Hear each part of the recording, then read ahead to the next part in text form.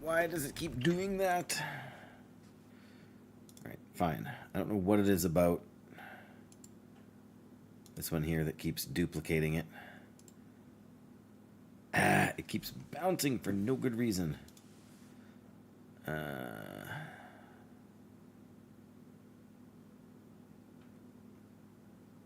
Alright, go here, it will be fine. But then it won't pick up the game.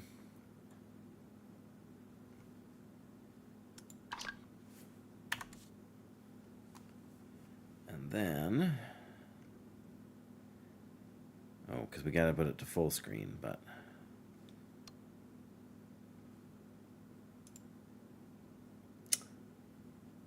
What is it about that, hey?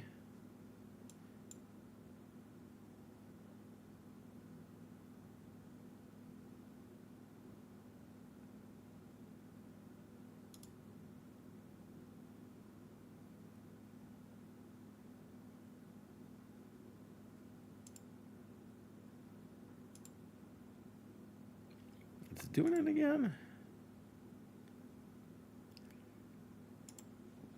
Yeah. Every time I go to the setting that has my camera in the right corner, it bumps it back to the starting soon screen, Flints. It worked just fine yesterday. Because we started here first, and then... I wonder if it's just doing that because it's not registering the game. Settings. Full screen. There, that's caught the game. Nope, now my camera's hidden. Still got the game. Ah!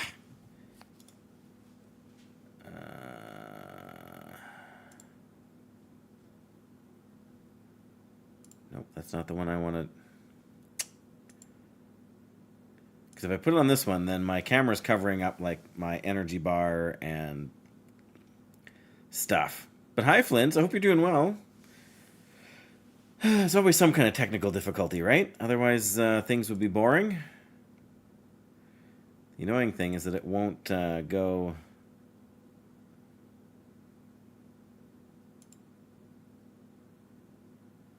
Yeah.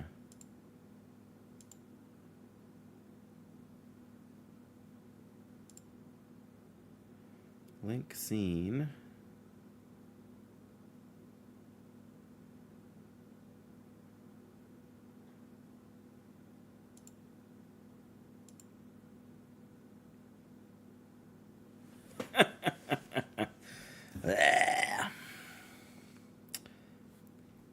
Yeah, the annoying thing is that it worked just fine yesterday. I mean, I can do this and I can move the camera and whatever, but this one is a way better setup for it. I can't even duplicate it because it moves away from the screen so quickly. It's always done this. I don't know why it worked fine.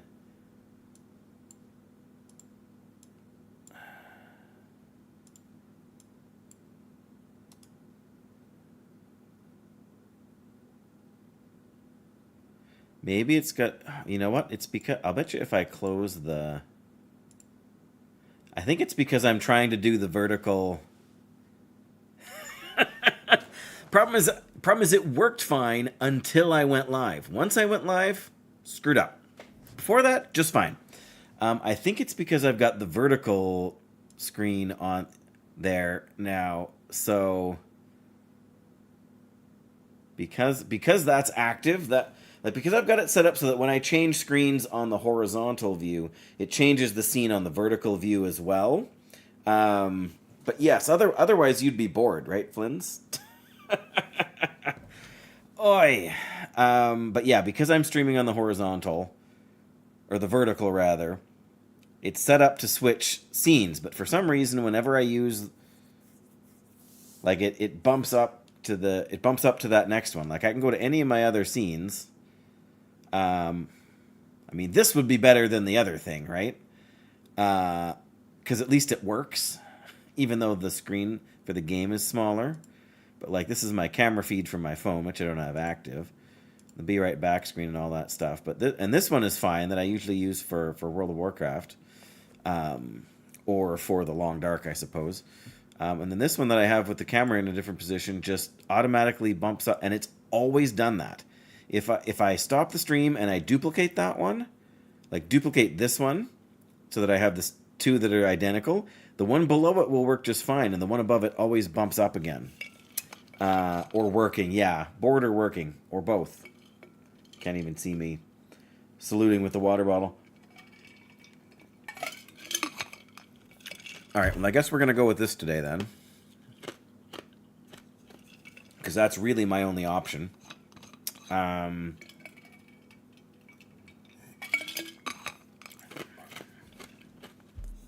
Which is technically what I had designed. Like, this is the scene I would use to, like, watch a YouTube video together or something. But, yeah. I don't know. It must have something to do with the vertical layout. Because I didn't have... Because yesterday I was doing the home renovation stream with the painting and everything. And so I disabled the vertical screen because I don't have a good setup for it with the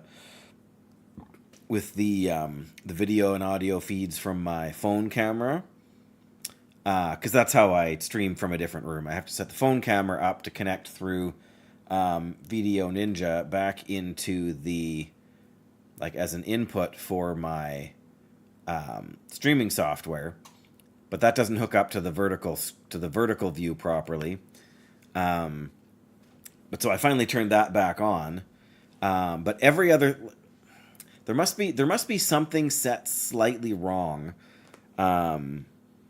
or some kind of a glitch in the actual game that I haven't been able to figure out yet either. Like, not the game, the software that I haven't figured out either. So that I don't know. Every time I've tried to fix it, I have come up empty. So I guess we're just going to go with this. Oh yeah, something's triggering the auto transition because I have it set so that when I change from the ending screen or the Be Right Back screen or the starting soon screen to like the main streaming window setup that I use for World of Warcraft for the Long Dark. Those all are set so that when I change it in the horizontal view, because the horizontal view goes out to Twitch and YouTube, but then there's a separate vertical feed that goes out just to YouTube for like phone screens. And when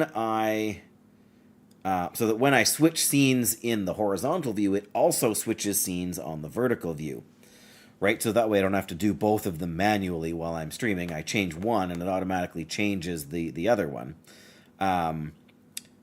And I've tried to delete it entirely and rebuild it from the ground up, and it doesn't matter because it's the second one down on my list of scenes. Like, even if I move them all over the place.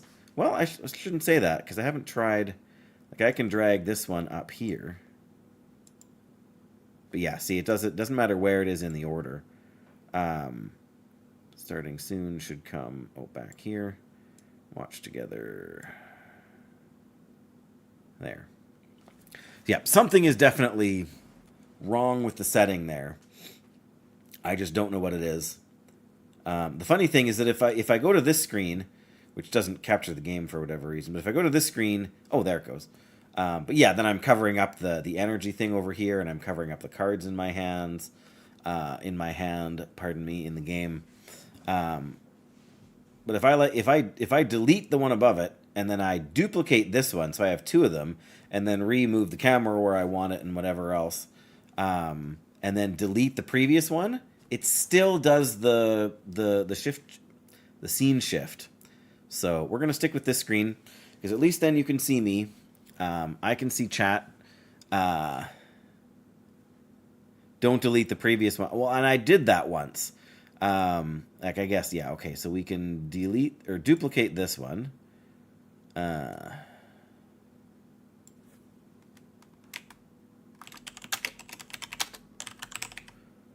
we go, we'll call that. Oh, yeah, now my... So here goes the... Alright, webcam. Oh, unlock the webcam, so now we can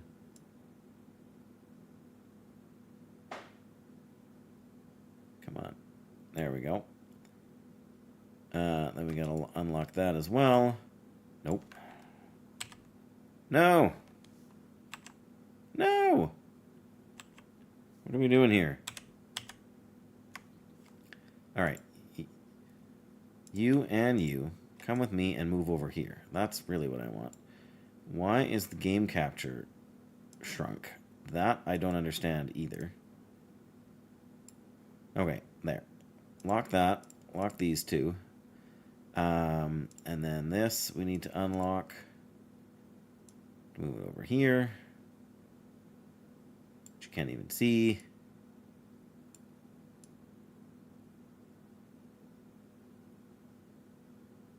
Come on.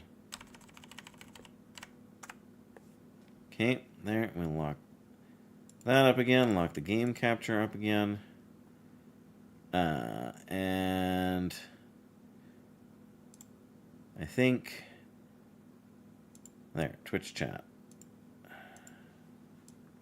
Should also just go under here for now.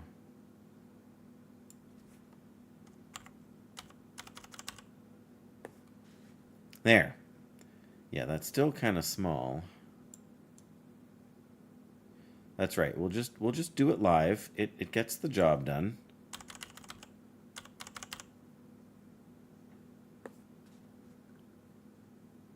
Yeah, this will work for now. And then I need to lock the chat again so I don't accidentally move stuff. Okay. That to that. Why, when I switch to them, does this, the text for the, like the... Don't switch any... I guess the question is this still working for the vertical format? I mean, sort of. It hasn't changed anything for the vertical format. I guess the question is, if I change to be right back, does it change? It does. And then if we change back, it does not. That's the downside. We need to go to here, so that changes, and then back to this. Because then the... Yeah, all right. Again, it's not ideal, but it's slightly better. It's slightly better than being totally messed up. But at least I can see that it's in fact working. Okay. So yeah, there's a game and I'm playing it. Why is the music quit?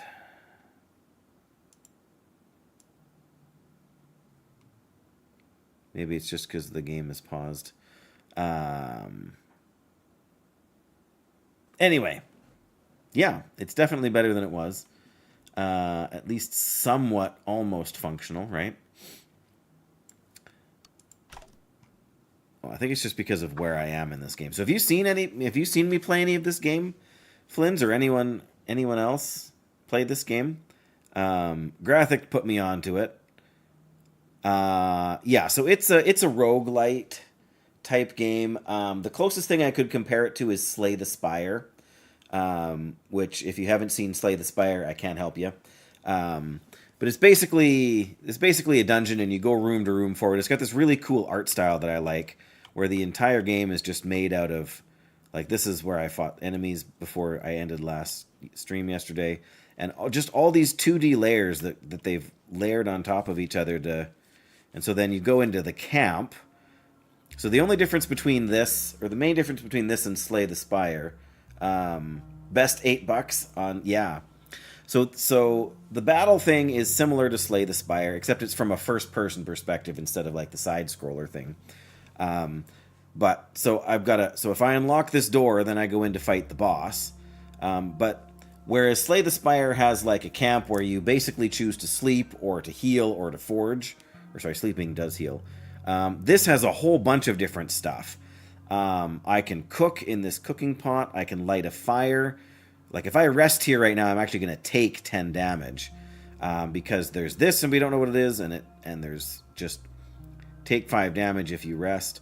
And so, but if I use the fire, if I use my lighter and light the fire, then the fire gives you +5 warmth, and so it pushes back the gloom. So then you would only take 5 damage. Whatever this thing here is gonna run away if I rest. So if I want to get, so I can gain more cards and gain, like if I use my shovel and dig, I can gain I can gain a choice of 3 cards. So combat is one aspect of the game, but also going into the rested state here, like you can build different things sort of on these platforms, and you can use them to upgrade your attack cards, and then you get different cards for in your hand here. So you can feed. Like sometimes there'll be a rat that will show up, and you can feed the rat, and if you feed the rat, it gives you another card you can play, or you can use this to heal. But if I have other food right here, like if I eat while I'm in the camp here, then it actually gives me +2 to my maximum health. So I can actually increase my max health by doing things in camp here. So this is the first time I've ever played. Okay, today is not the first time I've ever played a game like this, but this is the first game in this style that I have ever played. And there's a lot of depth to it. I mean, like any roguelite type game like this and any deck builder, some of it is just going to depend on what you draw. But again, there's synergies I've watched a few different people play Slay the Spire here. And Slay the Spire in some ways is a little more simple, and in other ways is more complex. So this game is supposed to come out in early access in the fall here. Like maybe as early as September. It's supposed to be Q3 anyway, so... but yeah, so you can get a... So bad at Slay the Spire, but you have fun. Yeah, and that's the thing. Like, I've got 3 energy, so do I want to light the fire, or do I want to cook? Because you can use the pot to make different foods that will give you benefits while you're in combat. I can try to, like, this is a boulder, and if you break it like you have to attack it several times to break it, but there'll be a good item inside. And like, do I want to take 10 damage when I rest? Like, that's going to be 40 out of my 43 health. But if I eat, I'll recover some health, and then when I eat, it'll give me bonus max. And when you increase your max HP, it increases your, like, you get, like, I don't just go to 40 out of 45 instead of 43. It'll go from 40 to 40. It'll go up to 42 out of 45. And I can force, like, the backpack is a bonus card you pick up that gives you, that you can draw more cards. I think what I'm gonna do, so I can break this thing. It looks flammable, so you could ignite it. So there's basically, I think, 5 keywords, maybe 6 when you're in the camp here. There's reveal, which you can use something to reveal whatever this thing is that's causing gloom. Then it removes this gloom possibly from the fight, or it might reveal something that might attack me, which will still do damage. So that's a bit of a coin flip. You can break, so you can try and break this stone, you can try and break this mushroom guy, or you can break the lock. Or you can fix. There's some things you can build that you can fix, and if you repair them, then you can get an upgrade to your card, to some of your attack cards. And this is a passive ability that I picked up. So I think, because this doesn't cost me anything, so I think I am going to eat for one. Well, I don't know. We can wait.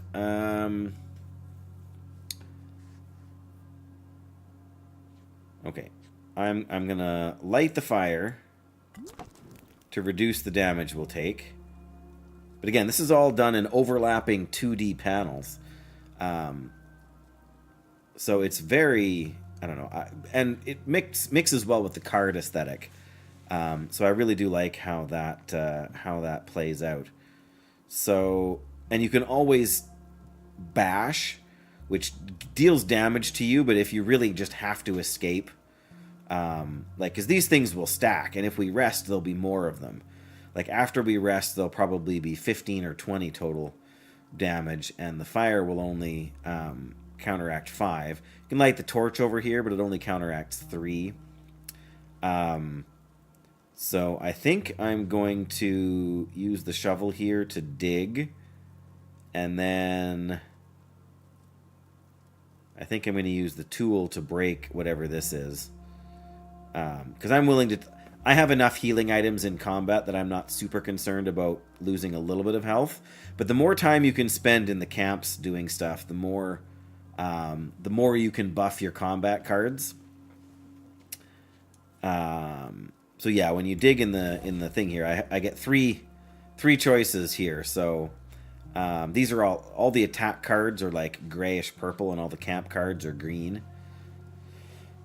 So these are all attack cards. So I can spend 1 energy to add 2 damage to an attack card. And then, exhaust, so you don't get to use it until the next encounter. This one, some of them have limited number of uses, and some cards you can actually evolve. If you use them several times in combat, they will upgrade into a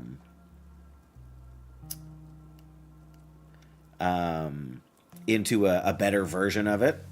So there's one in particular that starts out costing all 3 energy, but after you use it, it upgrades to one that uses 2 energy, and then one that uses 1 energy, and eventually it upgrades to a 0 cost card, which is pretty powerful. So it's worth spending the energy and the extra turns early on to get it upgraded.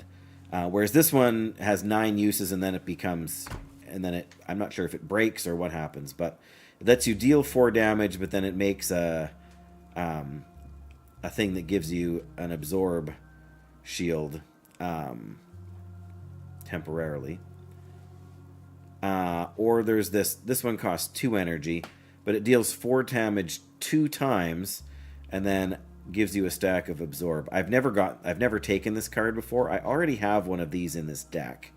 You can look at your deck quickly by... there's the combat deck. So in Slay the Spire, the only real ways to heal are potions or resting at the camp, right? So health is... Like, preserving your health is very important. Whereas in this game, your health is going to go up and down a lot, because you can use this ability that deals damage, and if you can kill an enemy with this card... It makes a food item that it's consumed when you use it, but you get it right away in your hand, so you can use it instantly if you want to heal up. This is the 1 energy version of the evolution card I was talking about. Or you can use hot sauce, which applies hot sauce to all of the enemies that you're currently facing. And when you kill them, then they drop healing items. Do I have a spicy toasty here? Yeah, so the spicy toasty heals you for 3 and deals 3 damage to everything on the board. And this is, if you use the cooking pot, this is like the best item you can get out of the cooking pot, because it will give bonus healing to your healing items. So right now I've got 1, 2, 3, 4 spicy toasties. This gourmet toasty that when you eat it gives you health back and gives you bonus energy. And this, if you have a bunch of these in your hand, you can use this, which then buffs the healing on all these items. Or there's the scavenger blade here. Every time you eat with this card in your hand, this card gains permanent damage. So when I first got this card, it was deal 5 damage. But if you have food in your hand and you eat while this card is in your hand, then this card stacks damage and gains more as you go. Or this one that deals 12 damage and makes those gourmet toasties if you kill something with it. So there's lots of interactions to consider when you're choosing a card. I don't know if I have it or not in my deck. I think I do. Oh yeah, the Vicarious Mace. So when any other card in your hand gains damage, this gains damage. And it has Linger. So once you draw it, it sits in your hand every turn until you play it. But if I have this mace in my hand, and I draw the Fertile Growth card that allows me to put +4 damage on a card, I can actually put +4 damage on this mace, and because this mace gained damage, it will actually gain 2 more damage. So that alone makes Minor Growth here somewhat appealing, especially because it also gives you some card draw, which is nice. I haven't really played much with the Absorb mechanic, and I'm trying to branch out. This is just the demo. So I'm trying to branch out and try more things, but at the same time, somewhere along the line, you have to realize what your deck is good at and stick with it. And I think we are at the point where blocking things is not super important, just because I know I have cards that generate healing items. And so avoiding damage isn't as important to me right now as healing myself. And you can go for the opposite build, where avoiding damage, like you're not going to have very many healing items, but you can reduce the incoming damage substantially, so it matters less. But I'm going to take the Minor Growth, just because I know I have more synergy with it right now, and card draw is always useful. And then I think I am going to see what this guy has when I break him there. I don't know what that did.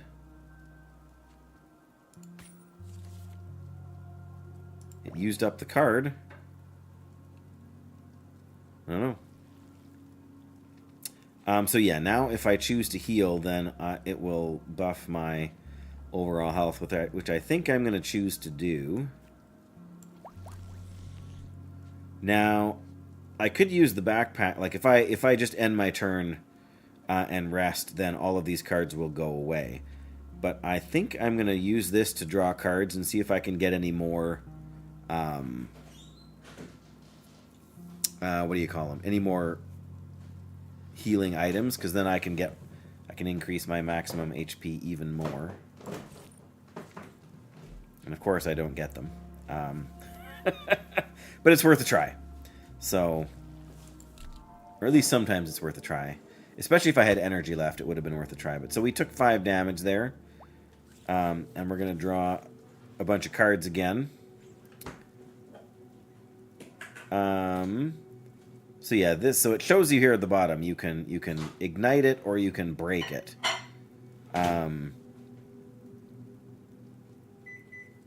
So again, I have 3 energy, so I can use the shovel to break this. I can use the tool to break the lock so I can leave, and I can use the lighter to reveal this. But I can also use the lighter to ignite whatever this is, and that might give me a healing item, because a lot of the food in this game is mushroom based, just because you're in a cave, right? So I'm going to try that first before anything else. There we go. See, we got a roasted snack. So I can feed a rat or something if there was one here. Or, oh, this gives me max +2 to my maximum HP. Well, I don't know if that counts as eating or not, but we're going to find out. Oh, or I can use the food to jumpstart the kettle, like the cooking pot. But I'm not going to do that right now. I want to see if the roasted snack will trigger the scrap armor here. I don't think it will, but there's a few interactions that I wouldn't have thought work in this game that actually do, and it costs me no mana. Plus, it's gonna. The question is, does my max HP go up by 2 or by 4? It went up by 4. See, I wouldn't have thought that works, but apparently it does.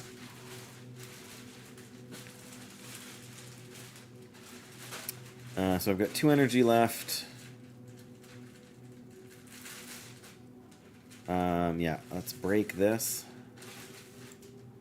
Oh. Oh, no, we can only reveal that. Oh, this is another one of those limited use items. Oh, hello, Graphic. Good day. We're in the first camp still. I've been explaining the game to Flynn's here. So, yeah, I'm torn between whether I want to reveal this or just get on out of here. All right. Let's reveal it and just see what we got here. Oh, a warm plus 3 maximum HP. If you ignite, it doubles up. So, yes, same run from yesterday. The only thing I've really done that you've missed is I picked up a minor growth thing to add plus 2 damage to a weapon. But yeah, we'll take this because it doesn't cost me anything. It's temporary, so whenever it leaves my hand, it disappears for good. But I can use this, which should increase my max HP by 3, but it should also trigger the scrap armor here. So my max HP should actually go up by 5. We're going to test that. So I should go up to 54. No, only 52. Boo. Okay. Well, you know, like I was saying, sometimes... oh, that wasn't very smart. It won't show up. There's nothing in my hand, hey? Yeah, it doesn't even show it in the discard. If I had... Yes, I forgot that you could ignite the cauldron. I keep thinking you can only use it by putting food, like by feeding it. So yes, I could have done that to increase the thing. You are correct. I had just sort of written off the... or I could have ignited the thing, I suppose. See, I'm still learning about these games and how to make good decisions. Yeah, I guess technically we can ignite that here, and then there's actually not really so much rush to leave, right? I can break the lock still, but then I only take 2 damage, so I can rest here again, and there's a chance something useful will happen. There's a chance. Oh yeah, now there's bats. Whew. We don't have enough things left to break all of this.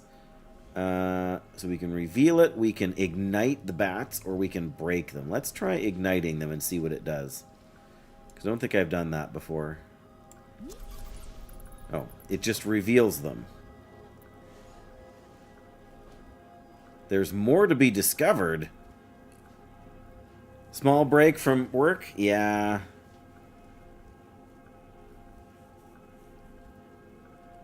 Well, I appreciate it, Flint. Hopefully we'll be at least somewhat entertaining while you're working on things. Good to see you, as always.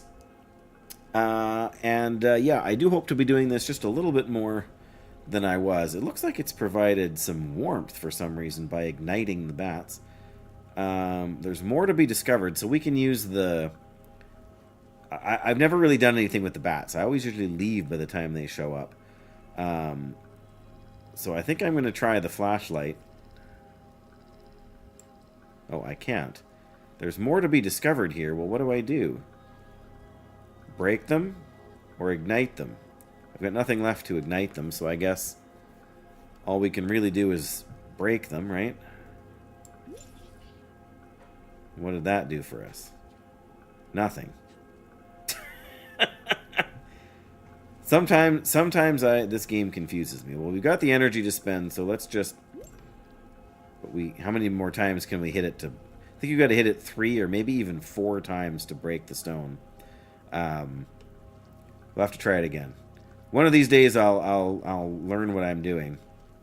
But let's go fight a boss.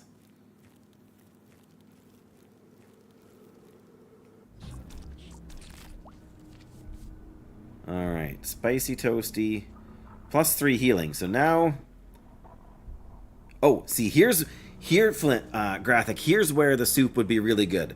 Because the endless soup heals you for 3. But if I play this now, it's actually going to go to heal for 6. I think. So let's test that out. And it should also make the toasty heal for 3 as well, I think. Or for 3 more. +3 healing on all cards, so it should. I mean, it won't add healing to the stab, or at least it shouldn't from what we learned before. Alright. Holy Soup. Yeah, so this goes up to +6, and this also goes up to +6. Yeah. Yeah, see, that's where it comes to be worth, right? Because now, we not only do we heal for 6, but we'll draw another food. So let's try that. We got 2 spicy toasties. So now we can actually kill all of these guys in one go. Let's just use this one because we only want to heal. We only need to heal for 3. Well, I guess we'd take 1 more damage there. So I could play this, but I think it's more worth it to keep these guys in action so we can do something next time. So I'm just going to attack this guy with the card I would happily get rid of if I could. So yeah, now that soup heals for 6, and if we get it again, it'll be able to heal for 9, right? If we can make that happen another time. Again, I could cast this, but I'm just gonna...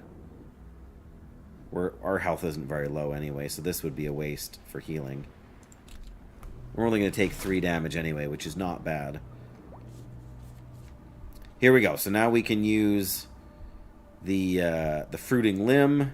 Oh, we got both of these. Oh my goodness. So I have to choose here.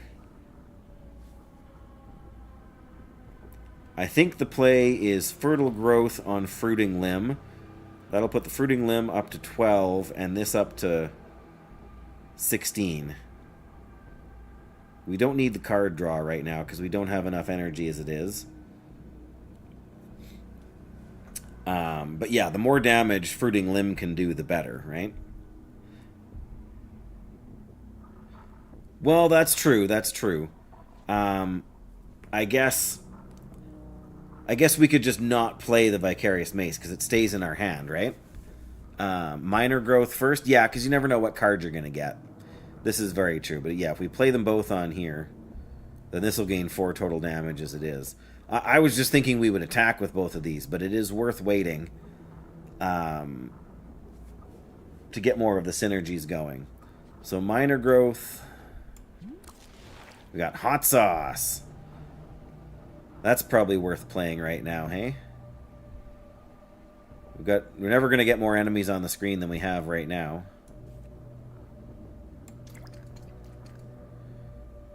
Okay, then fertile growth on the limb here. There we go. So now we're up to 18 damage and 14 damage. And then I suppose we want to kill one of the guys that's attacking. And that should boost our max health to 56. Yes, yeah, exactly. And any more damage we can stack onto it, like to other cards while we're about this. Yeah, unless you need to execute an enemy for some reason, yeah, it's worth hanging on to those linger cards for sure. All right, goodbye to you. And again, I could play this, but it's going to clear the board and not give us as many opportunities to execute. So if my health was really low, like we're going to take 6 and 3 is 9 damage. So that's going to put us down to 42. Not terrible. So I will wait. And try to farm more... Ow. Ow. Right, so yeah, we got minor growth again here. Right, so I'm going to put minor growth on the scavenger. And that'll draw me a card.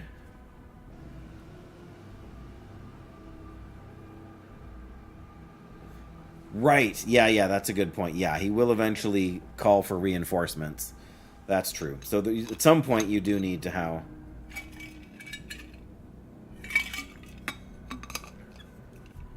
Yeah. Yeah, so there's a balance between preserving your health by taking out the ones that are going to attack versus clearing the board so they summon more enemies so we can repeat the what am I trying to say? So we can repeat the cycle of growing stuff. But plus 2 damage on scavenger. We got Roast. Deal 3 damage. If fatal, make a toasty. Kind of hard not to use that. Of course, the only one it's going to kill is this one. Because the others have 5 health altogether. But we could play one of these. Yeah, we should play one of these first, because that'll boost the scavenger damage. And it'll take out this guy. And it'll lower these guys to within execute range for this. There we go. And it triggers Scavenger and Vicarious.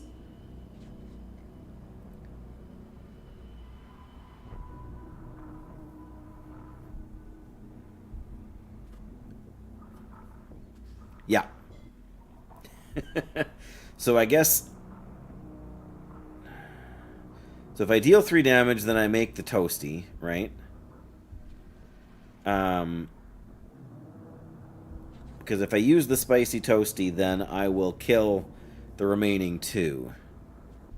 So I think we want to do this to make the regular toasty. Then we can eat the regular toasty, and then use this to double up on the damage buffing again. Yeah. Okay, eat the regular toasty. Yeah. And then I think I'm going to use this for the same reason. We got enough of them here too, right?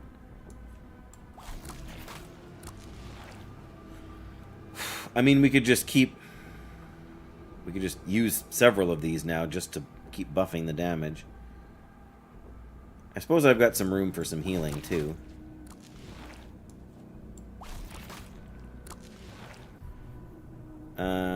I won't get any farther ahead if I do this.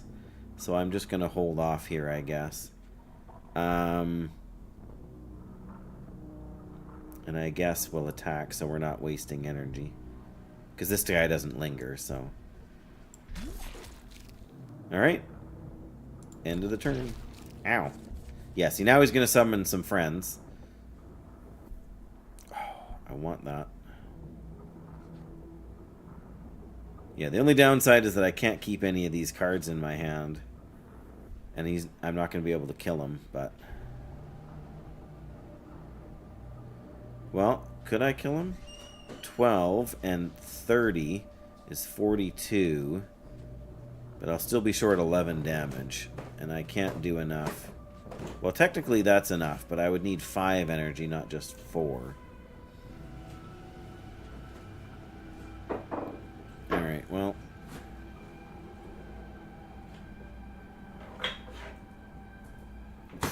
Yeah, I wish I could get rid of the stab, hey?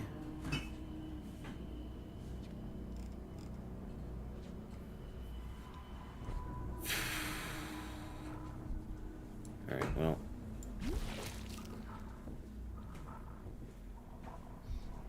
Alright, I'll flambe. It's not going to gain me anything, but I'm going to lose it out of my hand anyway, so... And it's not worth the wasting the gourmet toasty in order to get the stab. Stab is pretty sad. There we go, now he's got friends. Ah, here we go. How did we get our lame stab back again? That sucks. Deal 3 damage.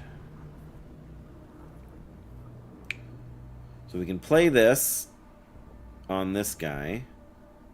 And then we can roast him, which will actually be fatal. And then we can stab somebody. This guy, I suppose, to put him to sleep. And then we'll be able to evolve this. Because if we evolve and kill him, then we'll get the card back.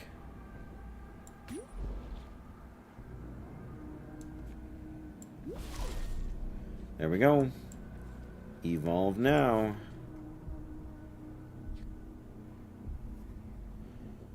So who do we put this on?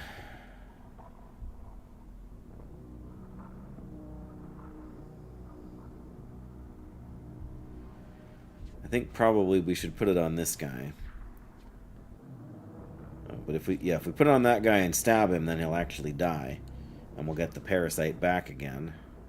And we can put it on one of the other guys. I suppose we can also just heal. Yeah, okay, you go on there. You go there. We get the parasite back. Let's put it on this guy.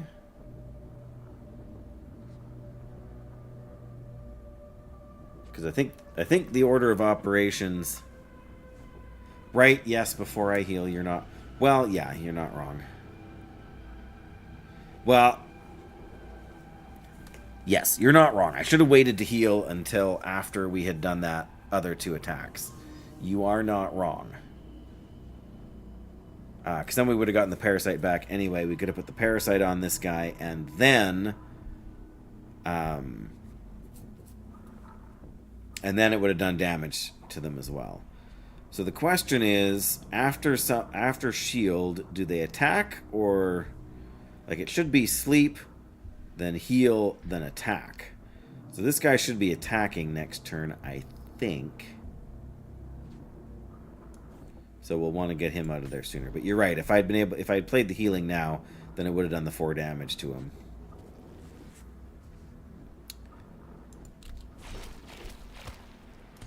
Ow, ow, ow. Aha, see, here we go. We can buff the endless soup again. Amazing. Except that didn't work.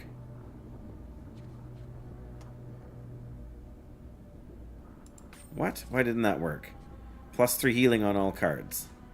That should have worked. Oh, it did. It went up to 9. It was 6 before.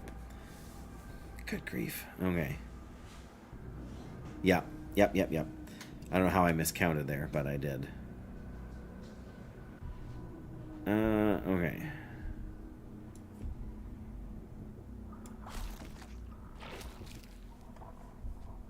And then we can... It doesn't matter what we do. If we attack whoever we attack, even if we heal 9 with this, which I suppose maybe we should, then that will kill this guy outright. We'll get the thing back. We can put it on here. Then we can stab it and kill it.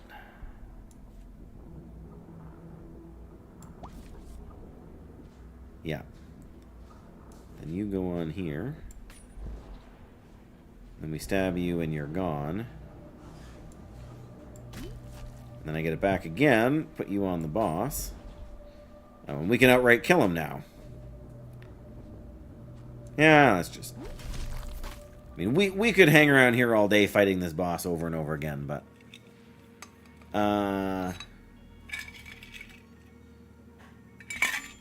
Yeah, that would actually be quite helpful, wouldn't it, Graphic? To be able to just look and see...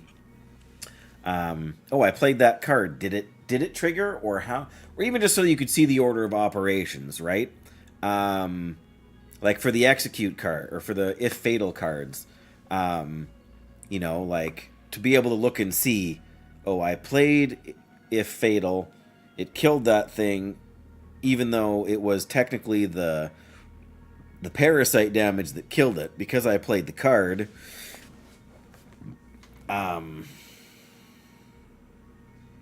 Yeah, or even just like when I was through the first time and there's the lightning bolt icon underneath the enemies, so that when they take damage, they damage you in return.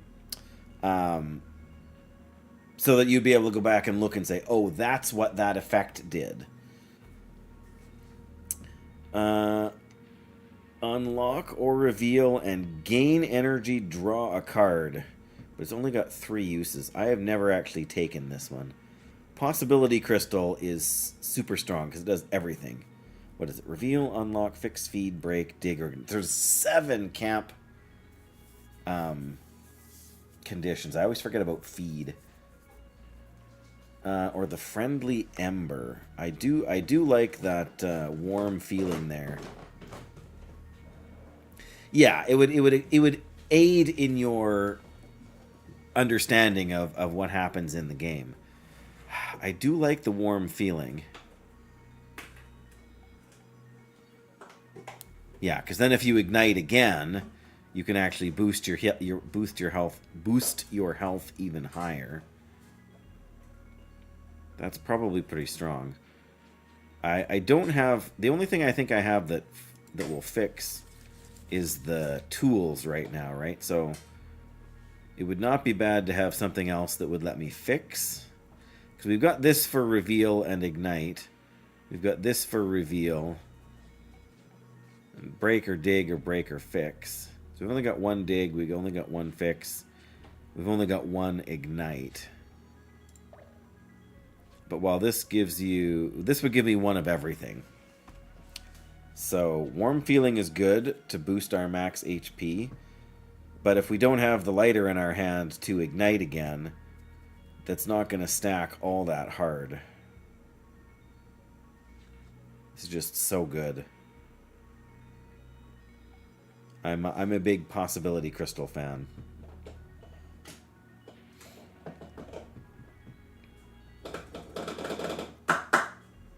Yeah, and the other thing, Graphic, is with having a log like that, like, the game has to process all this information anyway, and it has to do it all in order. So, while I'm not a programmer, and certainly not a game designer either, you would think that if the game is parsing all this information, it shouldn't be all that much more complicated to actually make, like, even if it's just hidden, like the map button, like even if there's just like a damage log, or a spell effect log that would just show you the order of operations of what's happening.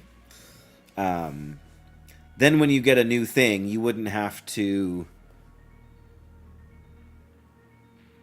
Right, like with the health thing, like to go from 6 to 9 health. To see that and to recognize it are not, like you're gonna...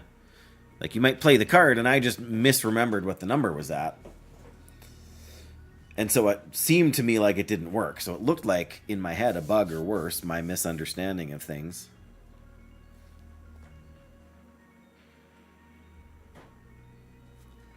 Yeah, that's true, right? Laying it out in a way... laying it out in a way that... I would actually find that more useful for the camp effects than for the combat. But that would be even harder to explain, too, right? Like, because you feed the rat gives you the whatever the card is that the rat gives you when you feed it, right? But also, like, just understanding, like, because when I had the bats up a few minutes ago, right? I used reveal to show me what the bats look like. So then they're not causing gloom, they're actually causing warmth. But there's a thing there that said it looks like you can do more with this. So I couldn't ignite it again, but I could bash it. So I bashed it, and they just went away. And then I lost the warmth that the bats were generating. Don't ask me why the bats generate warmth, but oh, look at that, a package. Thank you. Yeah, that because that's the... And I mean, I get it. There's some advantage to having some mystery involved in the camp. But I've done this enough now that I'm getting to the point where it's approaching frustrating to not always be sure what the... And I don't object to the mystery. I object to not understanding what happened after the fact. that was my oldest, who's just heading out for work. He must have opened the front door, and there was the parcel. They must have come while I was upstairs before us, because I didn't hear the doorbell. Or maybe they didn't ring the doorbell. Maybe they just knocked. Anyway. But yes, that would be the most useful aspect of it to me, is to understand what happened after. Like, when I choose to do something, and either it doesn't seem to me like anything happened, or something opposite to what I expected to happen occurred, at least then I could see what the logic was. Like, looks like there's something more you can do here. Well, I already revealed the bats, so can I... So then I smashed the bats with a shovel, so obviously they went away. But, like, if it's telling me there's something more to do, what more is there to do? Like, can I ignite the bats to cook them? Like, that doesn't make sense either. where it was way less variety beforehand. Yeah, exactly, right? How many times have I run into the bat? Well, I've run into the bat. This is only the second, maybe the third time I've run into the bats. And at least the one of the other two times, I just left because there was too much health, or I didn't have a card that can interact with them, or I didn't have any more energy, and so I left the room. And so then the mystery remains. Oh, there's bats. Okay, but now what? And that's another problem too, because, and maybe it's just my not understanding how to do it, but with the possibility crystal, right? With the bats, you could reveal the bats, you could break the bats, or I think maybe you could ignite the bats. But if I've got the possibility crystal, it can do all three. So which one takes precedence? Or is there a way for me to force one of those outcomes over and above the others? So I'm going to take the possibility crystal and just see if I can figure that out maybe this time around. Also, I just like it. It's a good card, I feel. All right, so yeah, the doll here. So we can break the doll or we can burn the doll. You don't think you can choose? Right. So with the mushrooms here, you can break them or you can cook them.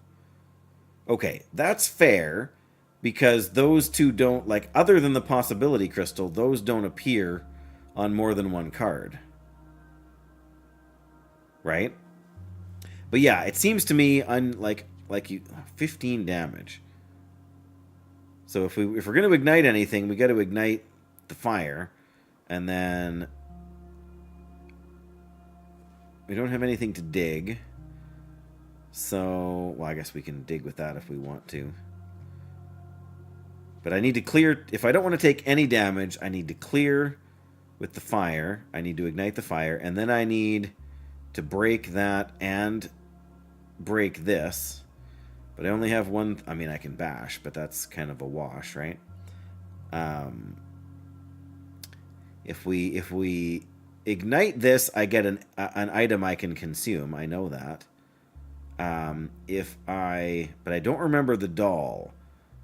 I feel like I remember breaking the doll and it gave me like a key item or something, but I don't know what happens if you ignite the doll.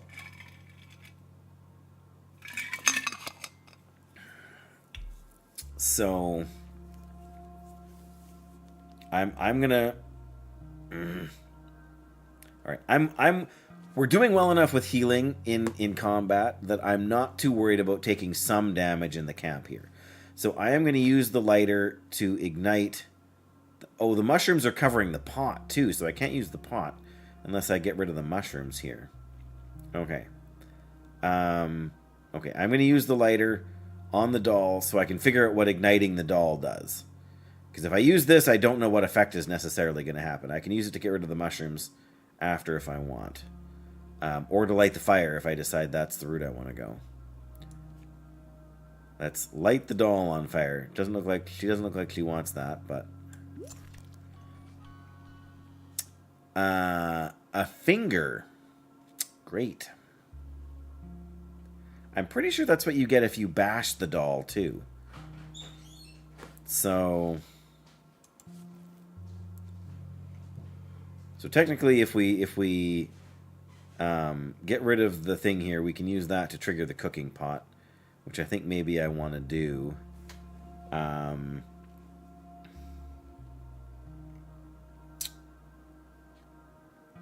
Oh, and you draw a card. Right, so that would let me have a chance at getting the card to use the leftovers to extra buff my healing. So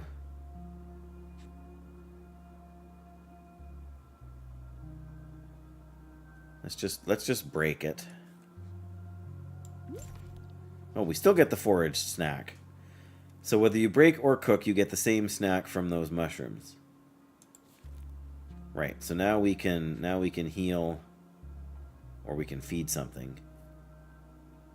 Feed or reveal. Is there anything to reveal?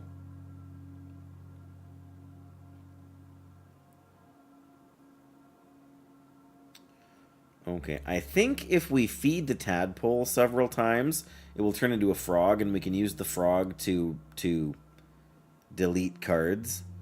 Um, we've got 3 things we can feed with. The problem is I don't know if that's enough to unlock the frog. And then I don't know if the frog hangs around either. Oof.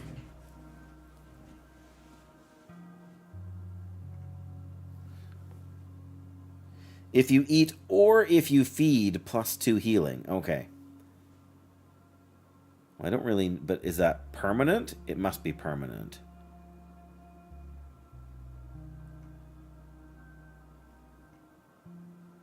Because all the other conditionals are permanent, right? So let's feed the tadpole and see what happens. This is going to draw us a card anyway. Oh, now it's a frog. I demand more. Okay, well, what... Like, can I... Does feeding a card to that guy delete it then? And yeah, that did go up. So now I'm doubly confused. What good this does.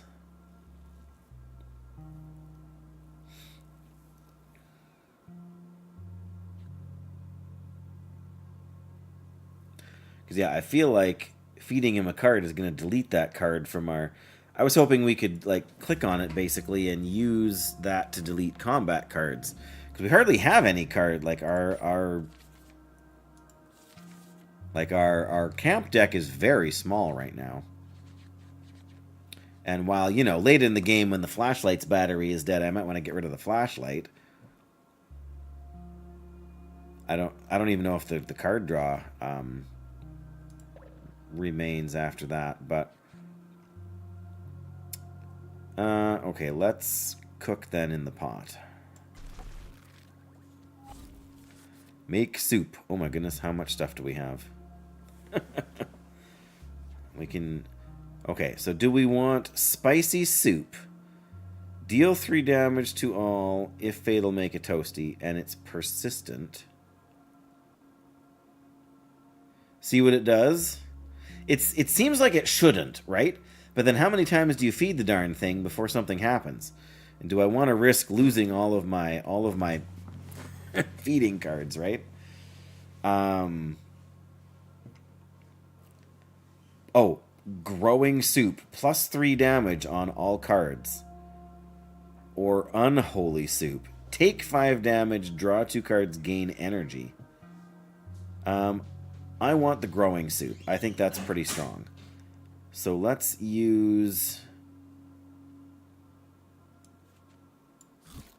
you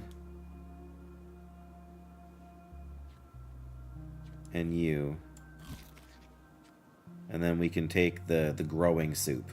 Because that'll let us buff damage more than a little bit. Even though it's only got 3 uses, they're all limited uses. The unholy soup...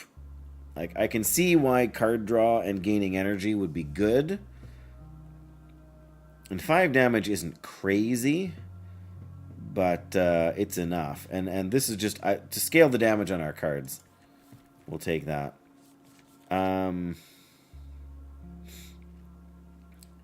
Okay, so we don't actually need to heal for 7 right now. Okay, let me see here. These are the only 3 cards we've got for draw. So when we get it, we'll be able to use this to get more cards. So I might just end the turn here. Because I don't want to lose this card, especially after we've already buffed it. But what other food cards do we have to risk here, right? Nothing. Because the other one we had was a consumable, so... I guess we'll... Alright. For science, I'm going to feed the frog, and then we're going to check my deck again and see what happened. And maybe I'll hate my life, but... Pathetic. More! He did get bigger, though, by the looks of it, right? Alright, check the deck. Yeah, so the leftovers is still there. It's exhausted, but it didn't disappear. So we know for a fact now that that doesn't technically get rid of the thing. I'm still going to, like, spend the night here. I guess we could feed it one more time. If we're going to spend the night anyway, then the only other thing we would do would be to ignite and not... Yeah, right? But, like, I know one of the things you can get on these pedestals is a frog to delete combat cards. I'm willing to take the damage to try and feed him now that we know that the card doesn't actually get destroyed by this guy. Yeah, seems hungry. There we go. We got him. All right, now we can get rid of a card. Lick the toad and forget. 6 attack. Where's the 4? There's that. I think we want to get rid of one of the stabs. Feed it 10 times, it'll do something epic.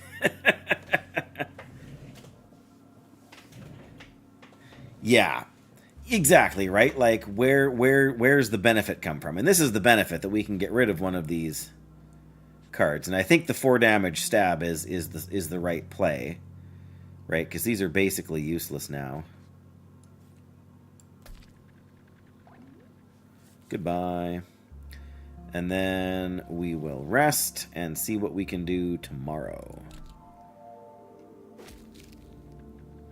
We can't make use of that again. 15 damage. So if we get rid of that and we light the fire again, we still haven't dug anything here, have we?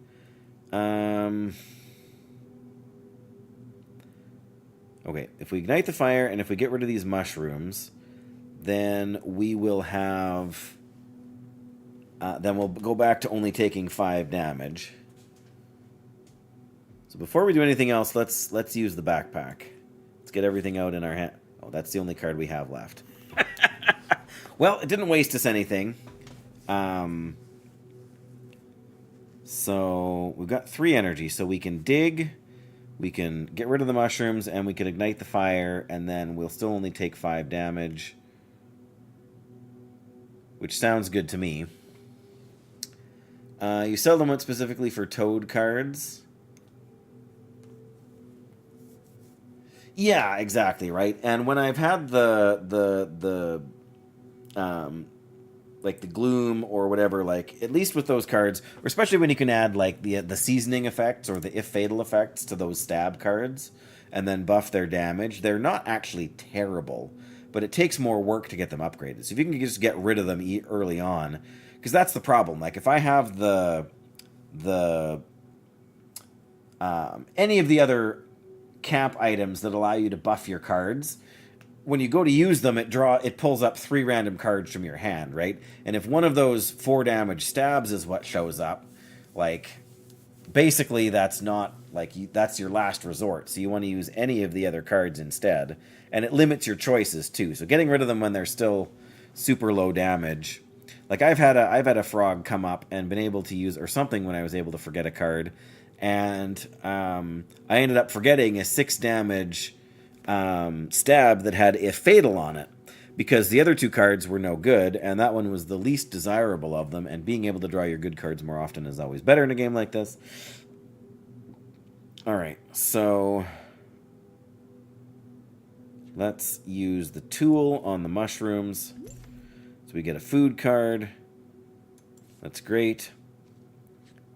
So we can actually heal 3, and that will give us a buff to our health. I'm all for that. There we go. So now we ignite the fire, and then we dig.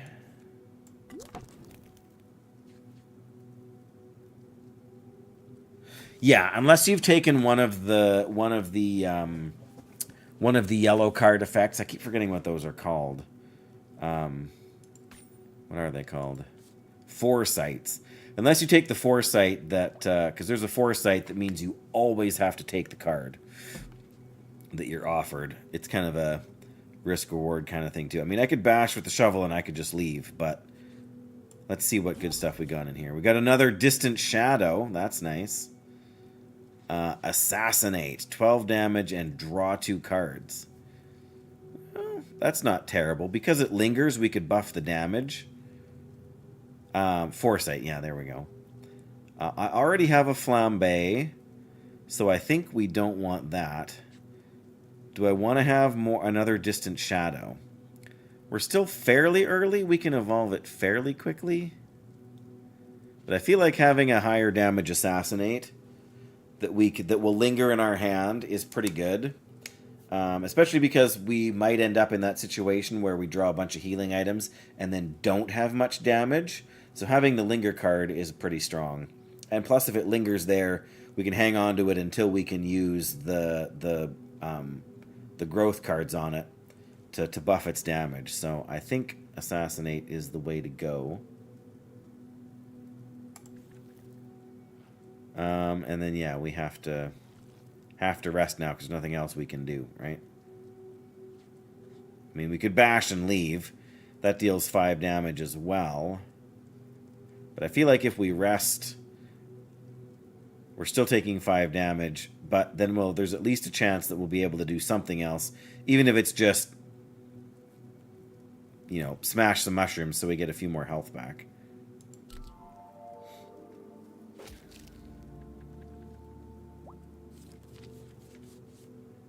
Right, so same setup, basically. Let's ignite the mushrooms. We get the food. +2 max HP. And if you eat... So does our health go up 2 or 4? I think I've done this before and I can't remember what happened. But we're going to find out now. So we're at 58. So either we go to 60 or 62, depending on whether this counts as eating. It's a snack, so it sounds like it's a food item. Yep, 64. So that does scale, which is pretty good.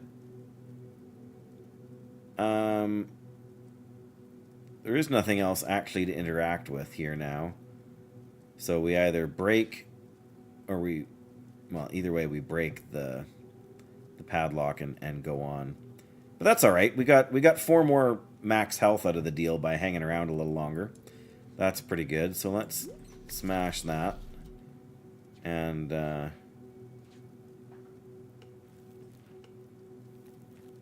go on to the next space here. I am going to get up and stretch for a second and grab a little snack to munch on. But I will only be a minute or so here. All right, I suppose, if I'm going to be a minute or so here, I can be a good streamer and and play a 1-minute ad break. All right, give me a second, guys. I will be right back. Is this going to work? Be right back? Yeah. All right. Haha.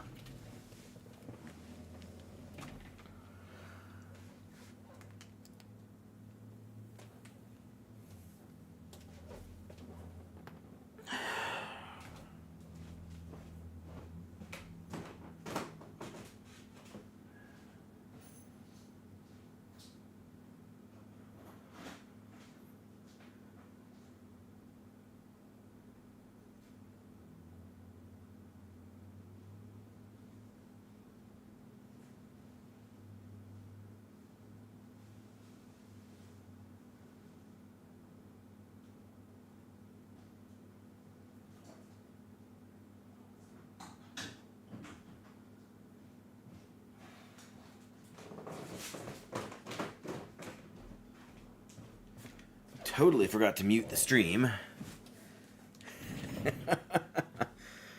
Good streamer, hey? Oh, the air quotes that are totally visible with the camera off.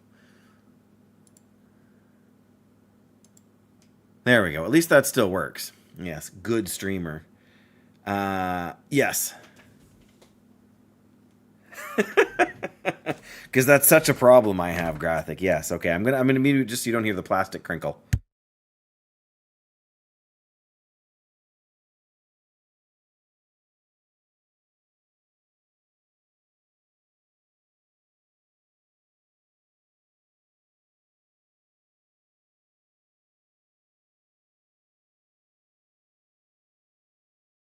Look on the bright side. You didn't have to listen to a 3-minute poop song.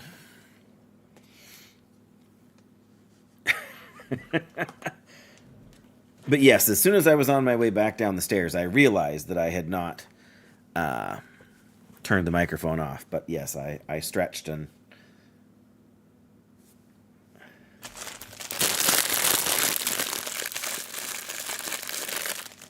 Is that better? That work for you? How about this?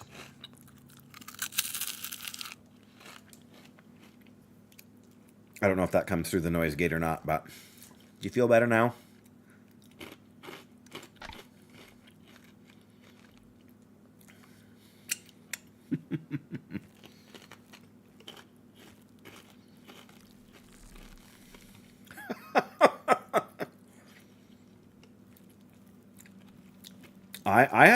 I have very talented people in my community, Graphic, who make terribly inappropriate clips of the channel, and manage to clip my face to make emotes that I never actually upload to Twitch. So it's not the community that's lacking here; it's the streamer. But you knew that already. All right, here comes the fight.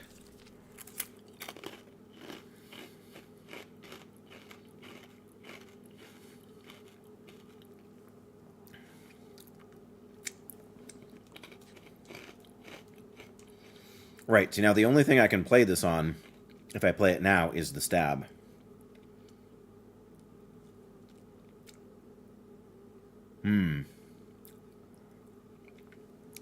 Odd that it was, unless it was muted for some other reason.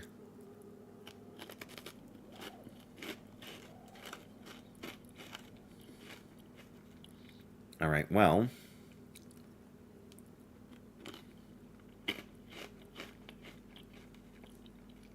If I can, I want to get rid of this guy first, but I can't kill him in one turn. I actually don't want to use this on the stab. Mind you, this is already a +6, or a 6 damage stab instead of 4. So it has already been upgraded at some point.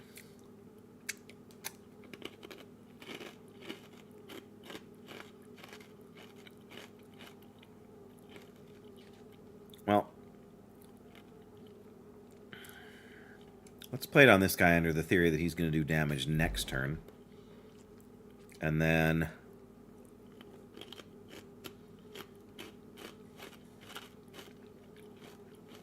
Oh, you know what? There is a way you can set up the streams so that you have the microphone audio and the game audio in one channel, but you can have, like, the music on in the background. Oh, I'm still on the Be Right Back screen from on the vertical layout here because I didn't swap there. There we go. But yeah, so I think what happens is, because streamers do that because if they play copyrighted music, the copyrighted music comes through the stream to be listened to by the audience, but the music does not appear in, or is not audible in the VOD. So then you can't get dinged after the fact for a copyright strike. So I think that's probably what it is. Like, I know a variety of people have it set up like that, and I know there's a way to do it. I just listen to, like, the ambient music and the game music for most games when I play them anyway, so it's not an issue.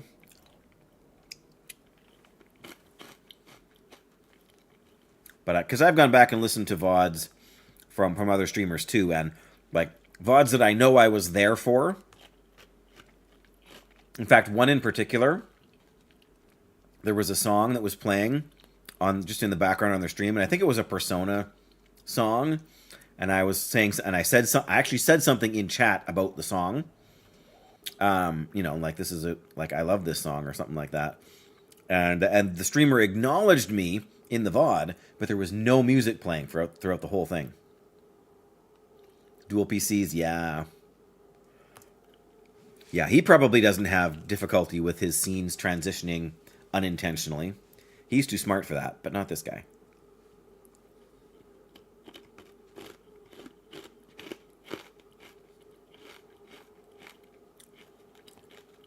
We have 17 more cards. So what are the odds? I'm torn about using this. I mean, technically, I guess if we stab even without it, we kill this guy because of the weakness. Don't bet on it.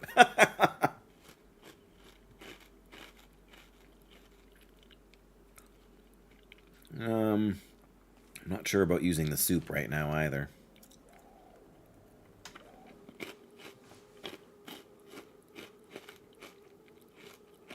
I guess we're going to take 14 damage. Oh, yeah. Yeah, like that stuff's not simple to set up, but once you've got it going... Very professional.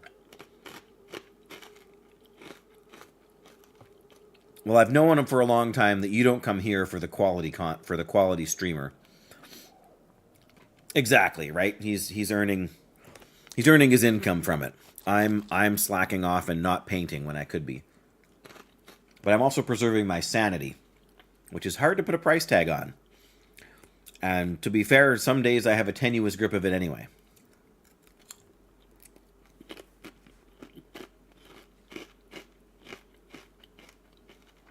Okay, I'm going to gamble, and I'm going to not use the fertile growth yet. Because that's still enough to kill that guy, get the parasite back. I'm going to throw it on this guy now. I don't know that it matters, but... and then Endless Soup, I think. Growing... Oh, see, now, yeah, that would have been the thing to have. Well... Oh, never mind. It's not the holy soup. But yes, anytime a streamer derives their primary source of income from their streaming, they can easily justify either A, spending the time to figure stuff out like that for themselves, or B, pay someone to do it for them, to save them the time. Yes, I've heard that too. The whole being unhinged argument for preserving your sanity, but I guess we're just going to take a bunch of damage now.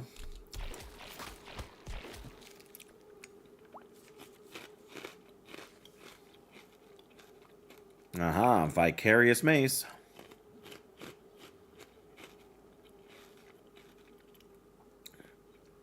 Oh, we can actually execute this guy right now.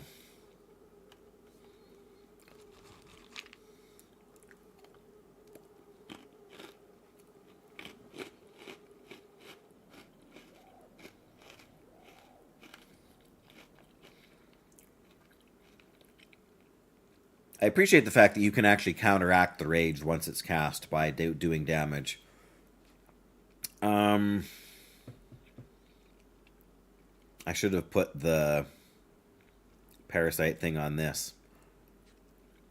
4 damage. Nothing here is going to boost our things. Whoops. We can't execute anything right now.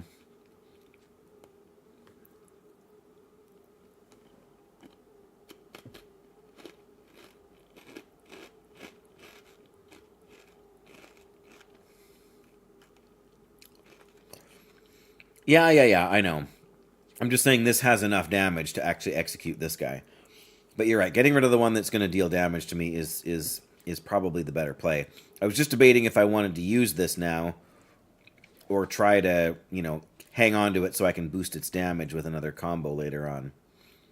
But yeah, I'm sure that's the more efficient use. Well, I guess then technically we play this. It does 8 damage, and then we can execute for the toasty, right? And we get the parasite back, and we can put the parasite on this guy. And then we can eat and do damage. Oh, I can't look at the map in combat. Again, I get why you can't look at the map in combat, because you're fighting for your life. You don't have time to glance at the map. But I would like to be able to look ahead and see when is the next...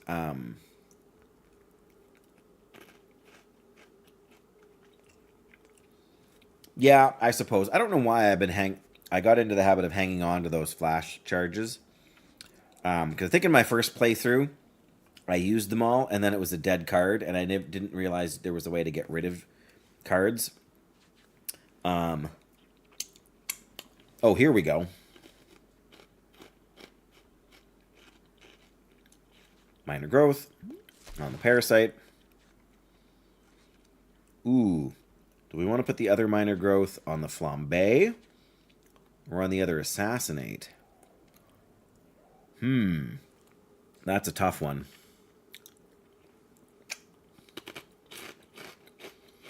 See, if we still had the other one, if we still had the hammer in our hand, I would have been able to buff its damage by 4 more. Which is what I was debating. I think we should make the flambe for the gourmet toasties. Speaking of gourmet toasty, which if I use it now would allow me to actually kill this boss.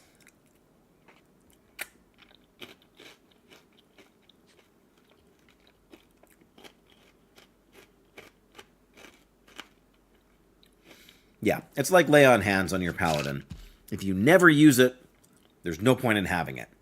But if you use it, you know, every time you go to half health, it's kind of a waste because then when you really need it, it's not there.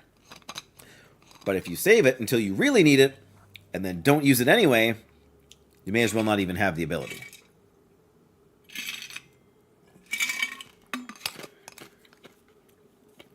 Yeah, in the end, we're not going to take any damage this round no matter what happens. Like, even if I don't kill him,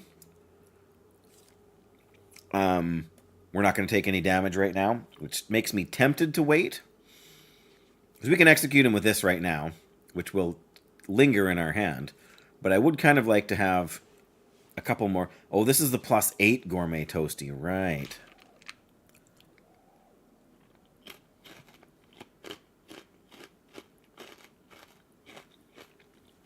Yeah, and I don't know if these guys summon more reinforcements or not. But yeah, we're not going to take damage right now this turn anyway. And I can kill it no matter what with my assassinate next turn, so it does make sense to wait. I mean, I have the healing room to benefit from this, but there, as you point out, there isn't really that much of a rush. I mean, I guess I could roast him just to bring his health down lower, but... They do? Okay.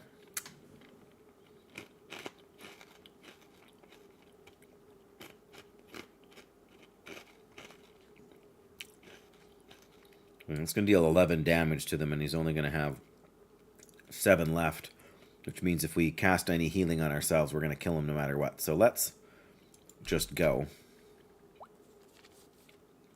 There we go. If you eat, +1 damage, right? 11 damage, yuck.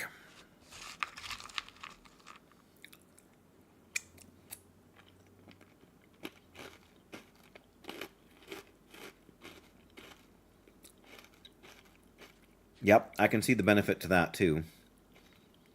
No point in using this. I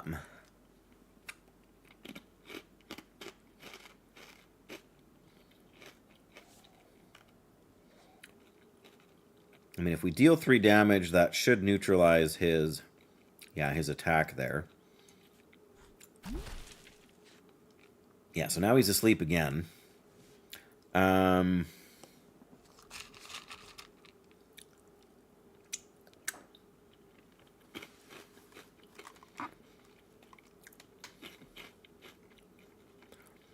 If I don't use the hot sauce now, the hot sauce goes... Yeah, I have forgotten it before, but I do remember. There's no point in using the holy soup now just to get +1 damage on the scavenger. What are the odds that hot sauce is going to come back around if we...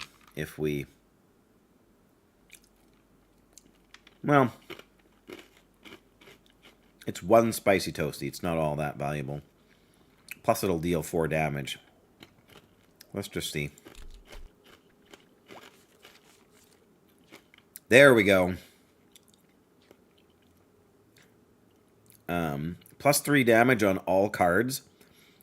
I wonder if this will buff the damage that Fertile Growth applies. Oh man. Yeah. Growing Soup is, even if it only buffs Fruiting Limb and Assassinate, it's still a good play right now. But if it buffs the +4 damage in Fertile Growth, that's crazy. Well, it's also going to buff the damage for Spicy Toasty. I mean, that, at least it should. I guess let's find out. It did not buff the damage on Fertile Growth. Yeah, I'm not shocked, but still, it's worth knowing.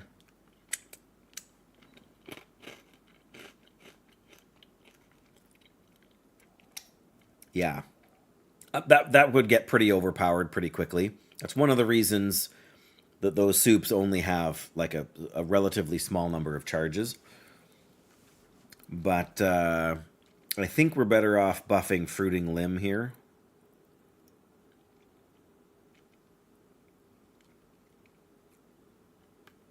And then we'll play Fruiting Limb to get the HP max, because drawing cards isn't really going to help us here. Yeah, and it's going to run away after we end our turn.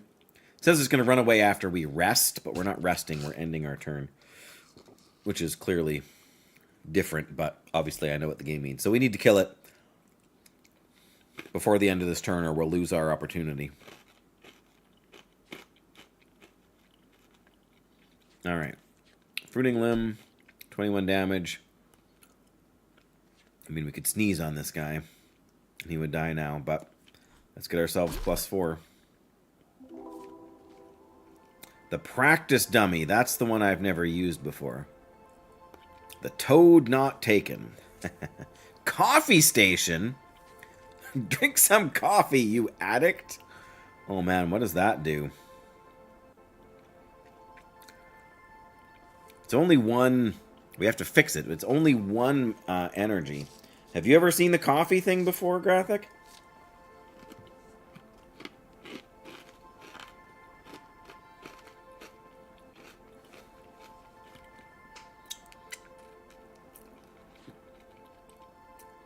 Oh, does this only let you destroy camp cards? That's what I would assume, because you'll get it, you'll draw it in your camp hand. But it's technically a food, so... Oh, you consume it for the effect. Yeah, I've never used the Practice Dummy either, but I think I'd like, partly because it's a 2 energy card, but also because we're moderately into this run, I would like to save exploring the Practice Dummy until another playthrough. So let's check out the Coffee Station and see what it does. Oh, this is our full healing fountain, isn't it? Yeah, okay. Speaking of the map, Growing Confidence or Unstoppable. I can't remember what each of them does. It would also be nice if you could keep a... Practice Dummy is very strong, at least it was in the past. Yeah, and I've never used it, so I don't really know what it does. It would be nice if you could see like all of the cards that you've discovered so far, because I can't remember which of these does what. Growing Confidence. The Growing Confidence is the one where you have to take the card, right? If you reveal a card, you have to take it. There's no option for no thanks. So let's go to the right this time and take Unstoppable. And I don't remember what that one is either. That means we want to unlock... Yeah. We want to unlock the right-hand door first, but... You can cook this or smash it. Oh, this will turn into a hazard next turn. We got the Coffee Station, so let's find out what that does. Cup of coffee.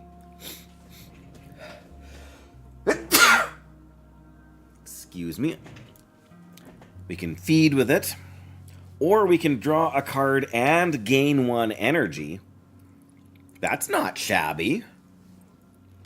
Especially if that's going to linger like these other things do, and we can use it again in the future by repairing it. That's not terrible.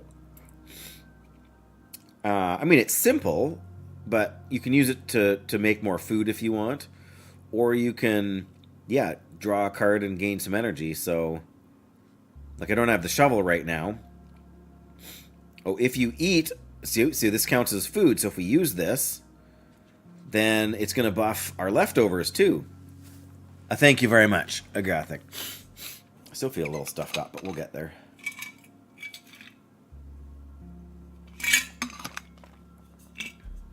Oh, so I wonder if we reveal this, if it becomes a hazard right away. I think that's how it works. But again, I don't really want to play with that. But I feel like we may as well use the coffee right now. If I'm lucky, we can pull the shovel. Oh yeah, the card. The bird often has a decent card too. So we might. Yeah, let's use the cup of coffee. We'll buff the leftovers. We get the backpack, even better. Now we got everything we could want. Okay, we got 3 energy left, so we can ignite the fire to minimize the amount of damage we take. Then we can use the shovel to dig, and we can use the tool to break the lock for the bird here. The only question I have is, do we need to feed the bird? I can't remember if we need to feed the bird after to get the card. I'm pretty sure you could have. Yeah, you could use it as a food item to feed. I wanted the card draw because I wanted to try and get more stuff. The coffee doesn't give you health. The coffee gives you energy and draws a card. But the... Oh yeah, we don't need the health regen from the food, but I wanted to trigger the +2 healing if you eat. I guess technically if you feed, you get that bonus anyway. That's true. That is a valid point.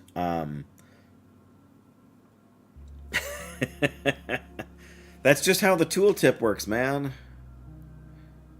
Looks flammable. Like the doll looks flammable. I mean, okay.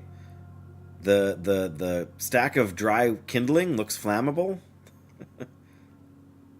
This pot looks flammable. I can't remember what's in the pot either. I think it triggers one of those. Like that swirly pattern is a thing that you can uncover too. The cauldron eats you. Yeah, no kidding.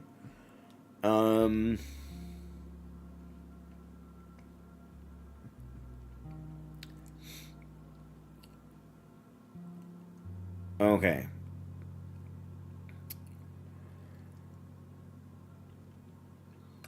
I'm pretty sure if you break this, it gives you an item that you can use to reveal or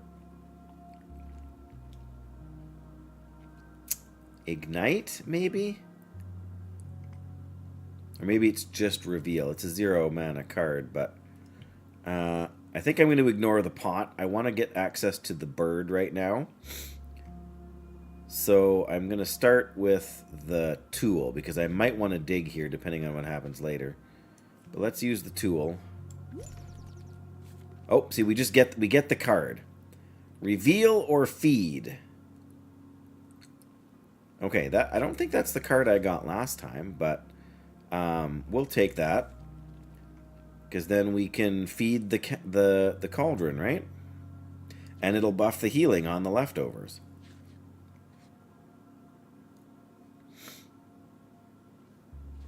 Oh, we can reveal or feed with the canary. So we could reveal whatever this is, but... Yeah, because we can use the lighter to light the fire and reduce the damage we take. Then we can use the shovel to dig, which I think is what I want to do, but we can use the canary here to feed before anything else and buff the other ability as well. Alright, now what do we got? Hearty soup, plus 3 max HP, 3 uses. Awesome soup. Heal 6, draw 1 damage card, and gain 1 energy. That's pretty awesome as well. And foul breath. If you eat, deal 3 damage to random enemy. Oh, man. And we've got a... We don't actually have all that many things to consume here, do we? Thankfully, we got 91 charges left on the Endless Soup, so we can use that. Oh, and this is our plus 6 damage toasty, isn't it? Spicy toasty, yeah. So maybe we'll be using all Endless Soups. But do we want the max HP? Or do we want... The Awesome Soup seems better than the Hearty Soup, if only because there's more charges. Max HP is good, but drawing a damage card and gaining energy is super strong. This is tempting, but 3 damage is not very strong. I know we've got cards that can buff that over time. At least I think they would buff it over time, but we've also seen where these unplayable cards don't actually benefit from some of those spell effects. So I think we just want 2 to get the Awesome Soup. Yeah. I feel like... Oh, I can only use it once. Oh, okay. Aw, shoot. I'm going to lose my plus 8. Or else I could use a charge off one of these. That doesn't seem like a good deal. Alright. 6 damage to all, though. That's... I'm gonna toss the Gourmet Toasty. Okay. There we go. And we'll take the Awesome Soup. That's pretty good. Okay, so we got 2 energy left. We can ignite the fire, and we can dig, or we can smash the jar. I think we're gonna dig.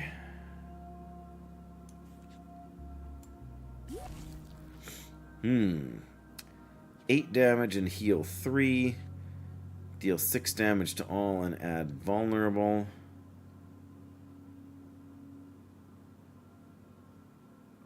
So this would actually do 9 damage with the vulnerable on the one we attack. Deal 3 damage twice. If you eat, heal for 4. Like, the base cutlery only deals 1 damage. This is slightly better. I think the base scythe only deals 3 or 4 normally. And bite normally only deals 5. I like the fact that our buff soups can buff both aspects of bite here. Scythe for 2 mana doesn't feel that great. Mind you, being able to add 1 vulnerable and then smash for one of our higher damage cards sounds pretty good. Cutlery still feels... They deal 3 damage twice, so it benefits double from... It's like the poker that does damage 3 times. You get more damage the more you buff the card, but...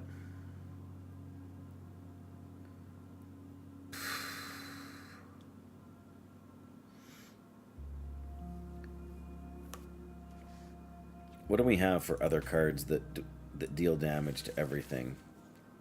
Do we have any other cards? We have one... No, Flambe doesn't deal AoE damage. So the only things we have right now that can make AoE damage is the Spicy Toasties.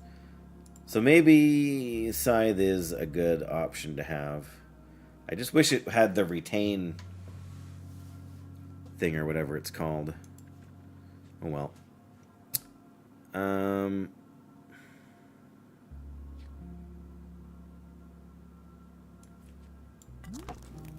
Yeah, we'll take 5 damage and just see what else comes along.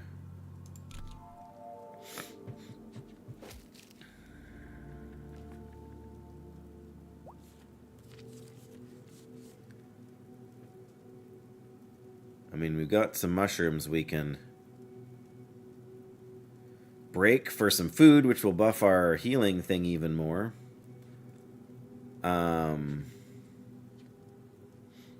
That's other than revealing this. It's about all we can do. We also need to break if we're going out. If we're leaving now, which I think we should, at 25 damage.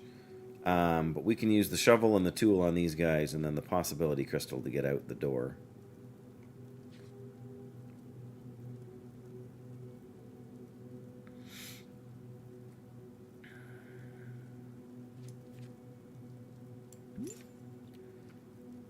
Yeah. Oh, I should have done the other side. Well, I guess we can't do the cauldron a second time, can we?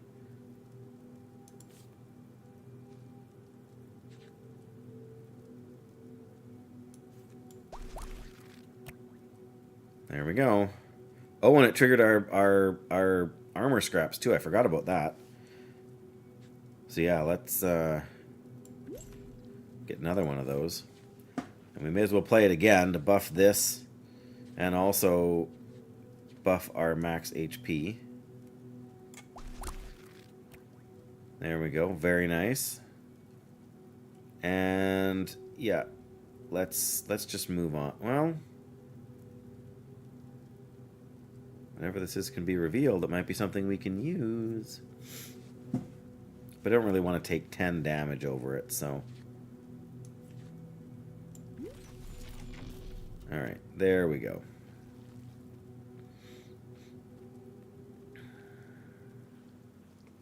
Alright. A little bit more ASMR for graphic here.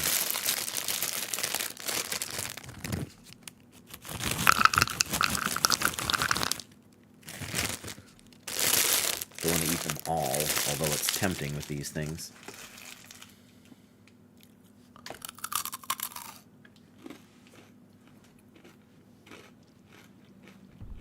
Alright, what are we fighting? These guys. Endless Soup, heal 9. Plus 3 damage on all cards.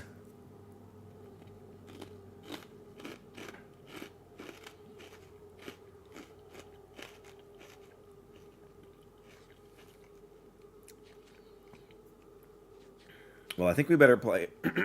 Again, it's a shame that the growing soup won't buff the damage on this guy here. But, well, we could try it again and see. Because we only have 3 energy. I mean, if we use this to draw a card, but that seems kind of wasteful. we gotta keep our core viewer right now happy, graphic. Come on. All right, let's try the growing soup. Oh, this does draw a card, right? Yeah. Yeah, that's a good point. I was forgetting it forced the card draw. Yep, there you go. That'll make 10 damage if we use that there. So this will be 22, and this will be 10. Yep, that's a good play. So yeah, we can kill one of these if we want the toasty. There's no point in drawing the 2 cards, so we may as well let this linger for now, right?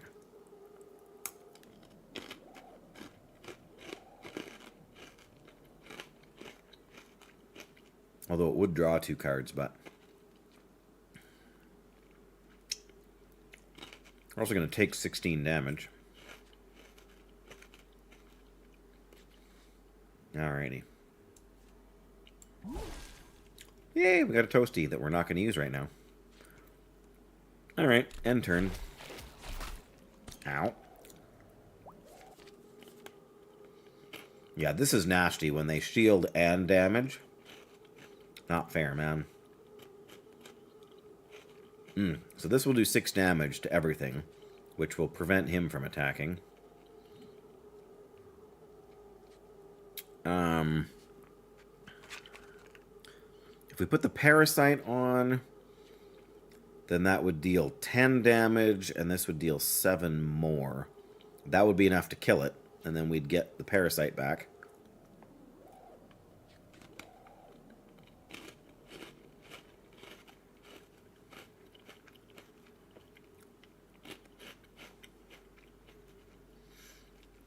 Or again, well, see, we can do that, and then we still have enough left to use the assassinate to take out this guy, and then we take no damage that round. Yeah. Yeah, you just got to know where you want it to land and whether or not you want it to come back into your hand this turn, right? Yeah, it is easy to forget. There we go. Now, this will be enough to kill it and get us the toasty. And the parasite back, which we won't play yet, or which we will play before we use the toasty here.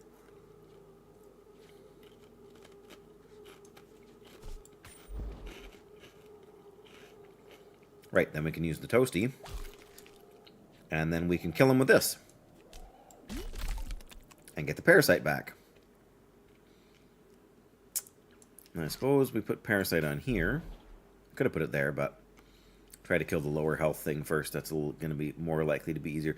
So yeah, we will have used the parasite on 3 different enemies in this one round, because we were able to kill both of these guys because of it.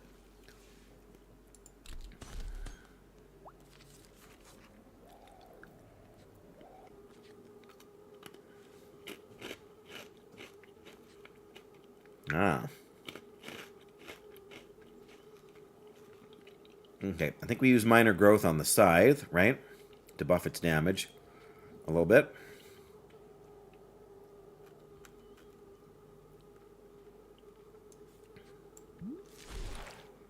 We got awesome soup.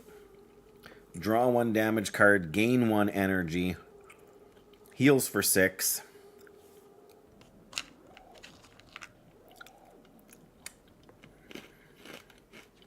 Okay.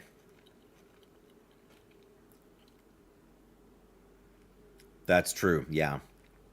Because casting a parasite on an enemy would trigger the first parasite. Now, is Holy Soup going to buff the Awesome Soup? I feel like no.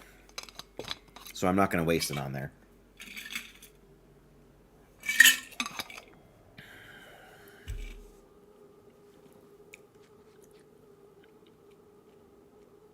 Yes, that deals 8 plus 1 vulnerable, so that's 4. That's 12 total.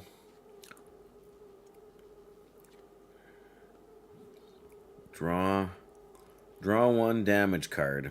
I think we're going to use the Awesome Soup right now. Just to get another damage card to see what we can...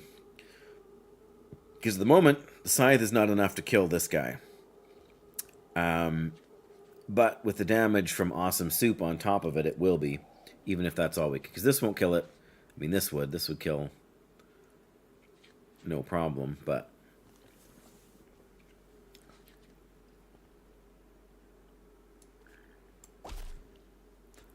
Aha! If you eat plus 1 damage. I don't have any food. Well, I guess we have the Holy Soup.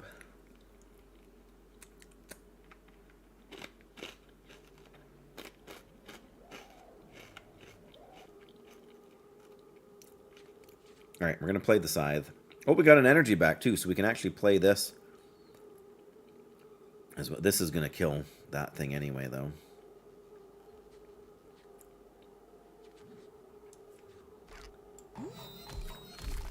Oh, it adds vulnerable to all the enemies. I didn't realize that.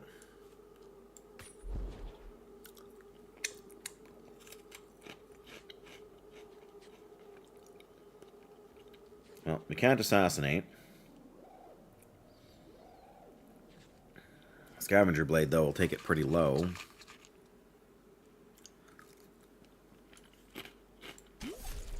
Oh! See? I wasn't expecting it to die there.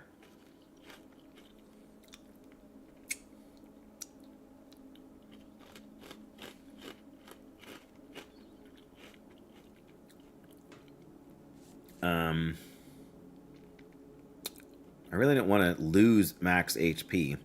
That's a terrible trade-off. I mean, the barf pick could be useful. But it also deals damage to you. Starting it with regret. Why can't I look and see what regret looks like? Oh, the 50% dam... Right, because I was not expecting... I was expecting the Scythe to put vulnerable on the one I attacked, not on all of them. Now I follow. Yeah. I mean, I saw it go on there. Didn't do the mental math then. It's fine. It saves me taking the extra damage. Sorry. Text message here quickly.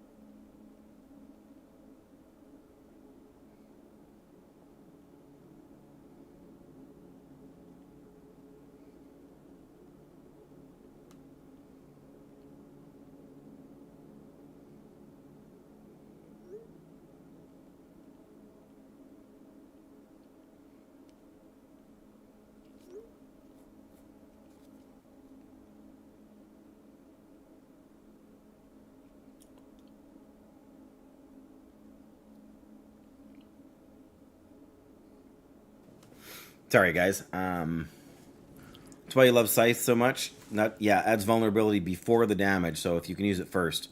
Yeah. Definitely very strong. Sorry, give me a second here. I'm just sorting some stuff out with one of the workers with my son.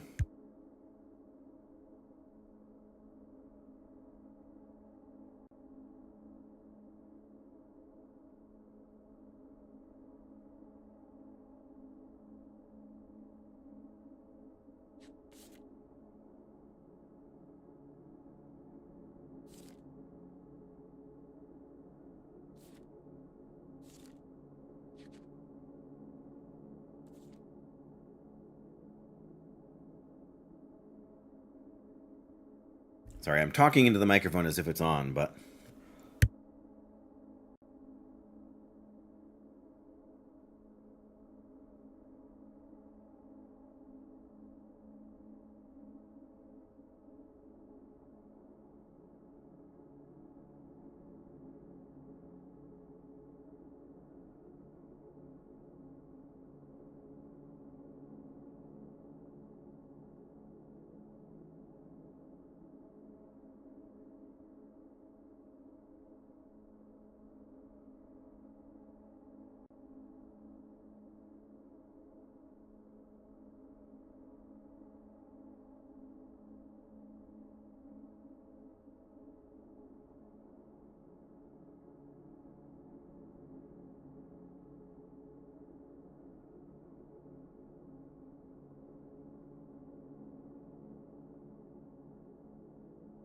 there we go. See, I had it muted again. I'm going to take the muscle mallet just because I want to be able to fix, being able to break to get out of through the locks, and being able to fix the coffee machine will also be very useful.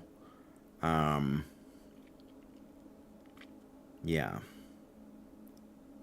And Band-aids and painkillers are useful because you can heal with them, and that'll buff our other thing, but muscle spasm with, anytime you break or fix +2 HP with the other items we got, that's going to happen at least once or twice.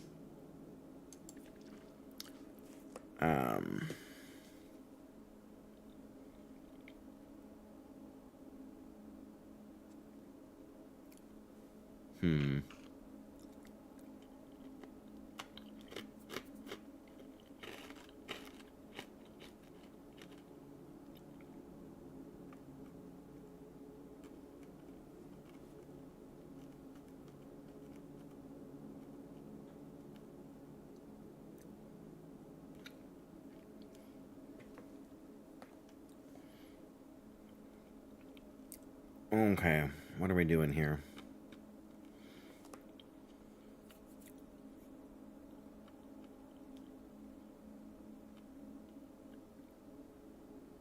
Okay, I'm gonna have to run upstairs for a minute, and maybe take care of something here. So, just gotta grab something for them, I think. But yeah, just give me a couple minutes here, Graphic, and I will be right back.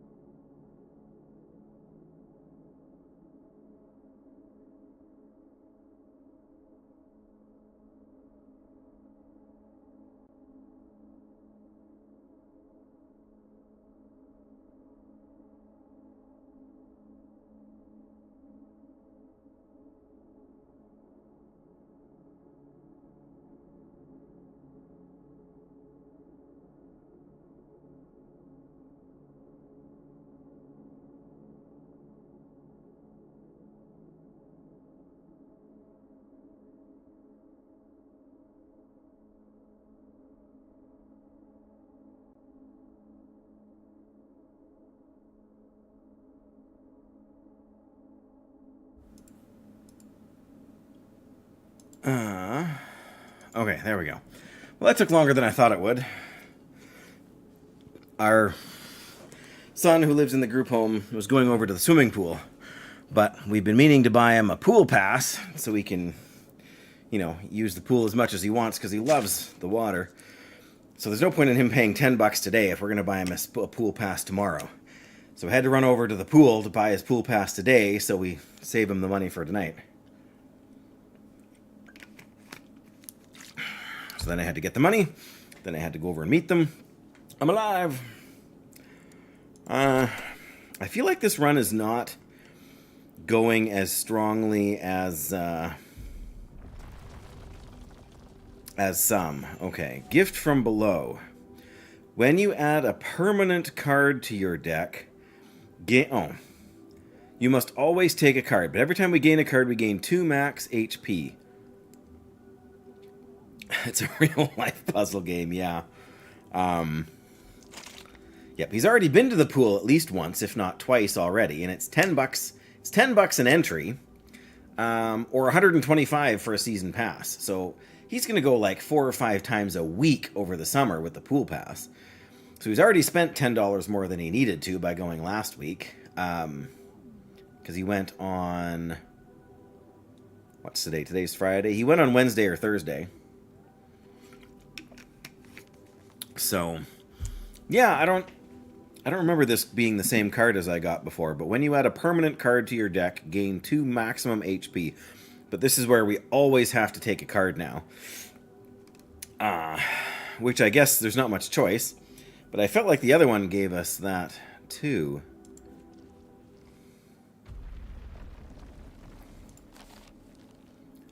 Yeah.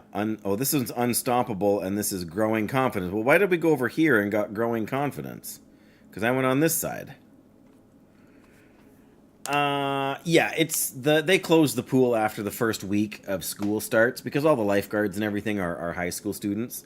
So that'll go till like the first week or the first long weekend in September. Then the pool will close. So it's only another like 6 weeks. But if he goes 4 times a week over 6 weeks, right, that's 24 times. So he's basically getting half price entry at that point. And he may go like 5 or even 6 nights a week. Like they usually goes after supper. So like it's 5 p.m. now and the pool closes to the public at 7. So he'll get in like an hour and a half in the pool every day. Or most days that he goes. So I guess we got our foresight.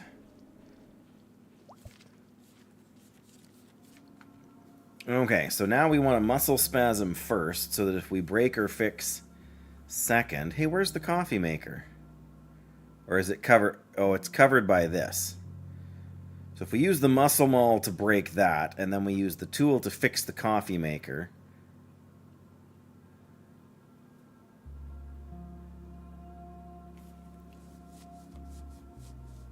Yeah, it's absolutely worth it for him. The pass was only $100 last year, which is like 10 visits. And he probably went like 30 times last summer.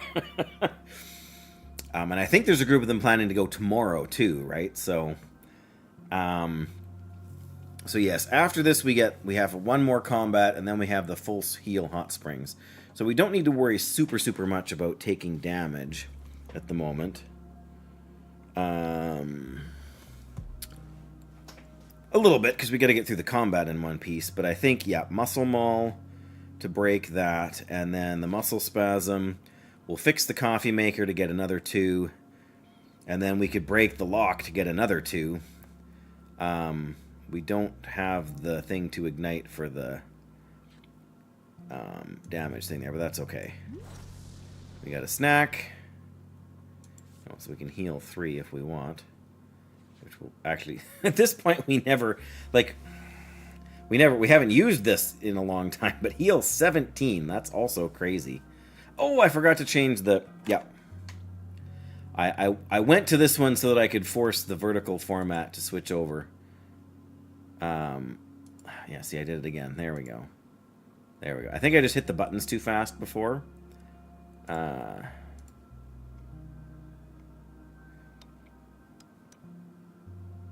Now there's no camera because, of course, it's not. There we go. All right. Thank you for that, Graphic. Pro streamer here.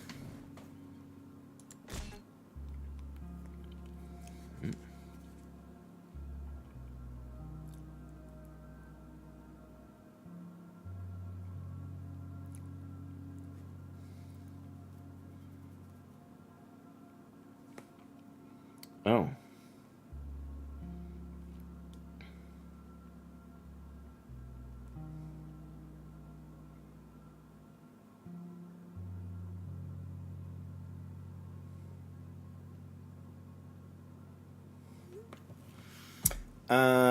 Okay, so what did I say? I said we could repair the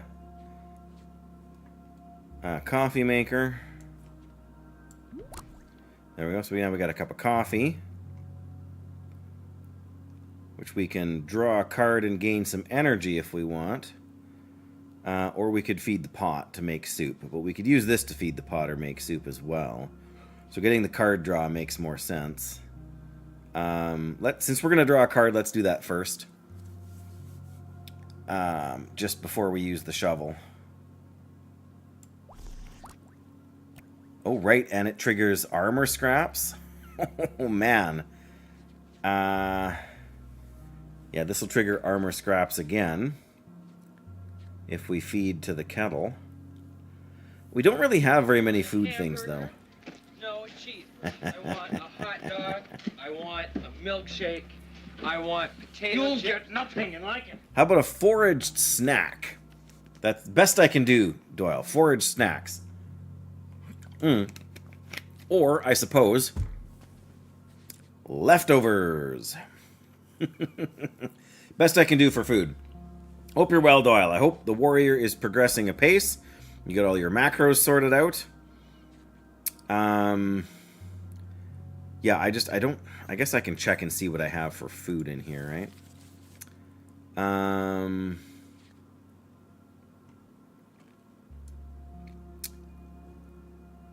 We really don't have much. We have the awesome soup and the growing soup and the endless soup and the holy soup. That's all we have. That's true. We could use the crystal to light the fire, and then we would take less damage. Yeah. But yeah, we don't have enough food to make it worth using the pot thing there. So yeah, we can use the crystal to light the fire, and we can use the shovel to either break this for the bird or to dig.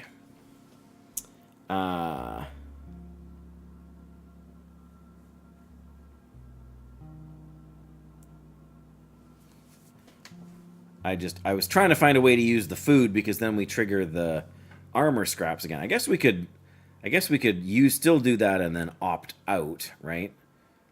I mean, this is a zero cost anyway, right? So it doesn't consume anything. We could also break this instead of breaking the bird, because I can't remember what is in the pot here. The bird gave us a card, but I don't remember what the card was before. Heat's been driving you nuts? Yeah, I was outside for 5 minutes just now, just before you got in, and holy smokes, is it hot out there? What does it say we're at right now? Oh, I can't force can I force the thing over? Yeah, what does it say in the weather thing here? Where is the weather thing right here? There's no weather thing right here. Usually it shows me the temperature.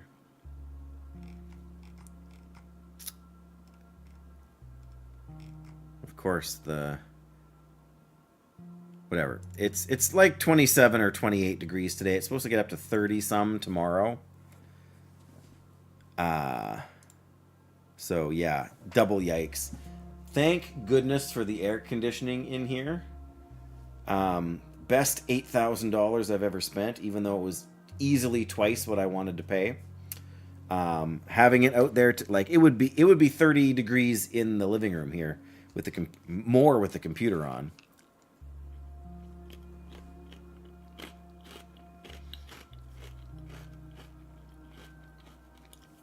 We've actually had relatively high humidity here lately because we've had so much rain. Like, in the past 4 weeks, we've had more than 20 inches of rain in the past 4 weeks. Maybe more than 24 inches of rain. Like, absolutely ridiculous.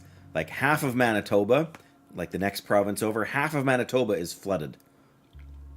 And the rivers there aren't expected to peak for another like 2 or 3 days. So it's probably not as humid as it is for you guys, but the humidity's high. Our dehumidifier runs 24 hours a day down in the basement to keep the humidity lower. So eat the foraged food thingy. That's true. Yeah, instead of feed it to the cauldron. Very, very good point, Graphic. We're not low enough. We're not that low on health, but yeah. Still gives us the bonus and triggers the leftovers. Montana is under extreme heat warning. I mean, it's not right next door, but yeah, we're supposed to hit 33 degrees.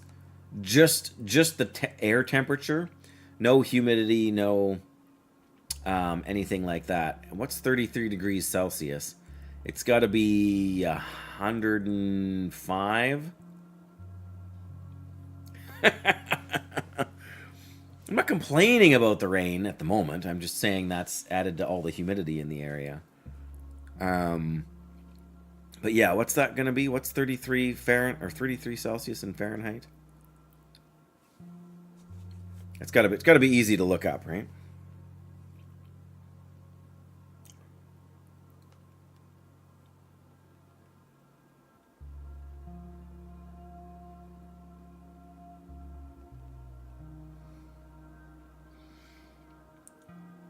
.4. So it's not that hot. There you go. See, you're faster than I am with Google. Like, it's not insane for the States, but it's darn hot around here. Nobody is used to that. And probably 40% of the homes in town don't have air conditioning. First heat wave 2 weeks ago. Yeah. Yeah, it's the same ballpark here, right? Okay, I'm gonna shovel the bird. Feed or reveal. That's what we got. Feed or the canary is a feed or reveal. That's it. Don't know if we can even actually use that. I mean, we can. Well, we can use it on the pot, right? It's a good thing I ate the other snack first, then. As much as you dislike temperatures around and above 30, it's fine as long as it doesn't go on too long. Yeah, if it cools off at night, and that's part of the problem we have in our room. Like, the air conditioning is basically right behind me here. But our bedroom is upstairs from that, and so the air conditioning does a lot less to cool down up there than I would have thought. So yeah, we've taken to opening our bedroom window at night, even with the air conditioning running down here. But it's like it's gonna get down to like 22 degrees tonight, and before it rockets up to 33 tomorrow. So even that's not gonna help so much. Okay. Let's use that. I mean, technically we can just take the watery soup. Fiery soup. Deal 7 damage and make it toasty. Plus 3 damage. We've already seen that. That's pretty strong, but like I said, we don't have a lot of healing items here, so I'm just going to take this. At least it's 0 cost. Deal 7 damage to all if fatal, make it toasty. Doesn't heal us at all, but for the cost of the 1 toasty, we can deal a whole bunch of damage. Yeah, I'll make the fiery soup. There we go. Okay, and all right. This is temporary, so it leaves our hand if we don't do it now. So I have to decide if I want... Like, if we smash that, then we'll only take 8 damage. But if I ignite, then we'll only take 5, but we won't get the +2 HP for the muscle spasm for breaking again. So I'm going to break. And hope this doesn't count, because we're going to see if this... And this is part of the reason we took this card. And part of what we're trying to figure out is if we can choose which of these we need to fix or break. So if we ignite, this card doesn't trigger. If we break, it does. Bash on the urn. Well, that would definitely break. But it would save us 2 damage, but take 3. And then we could still ignite the fire. You're right. Oh no! Oh yeah, use the crystal to start to ignite the fire here.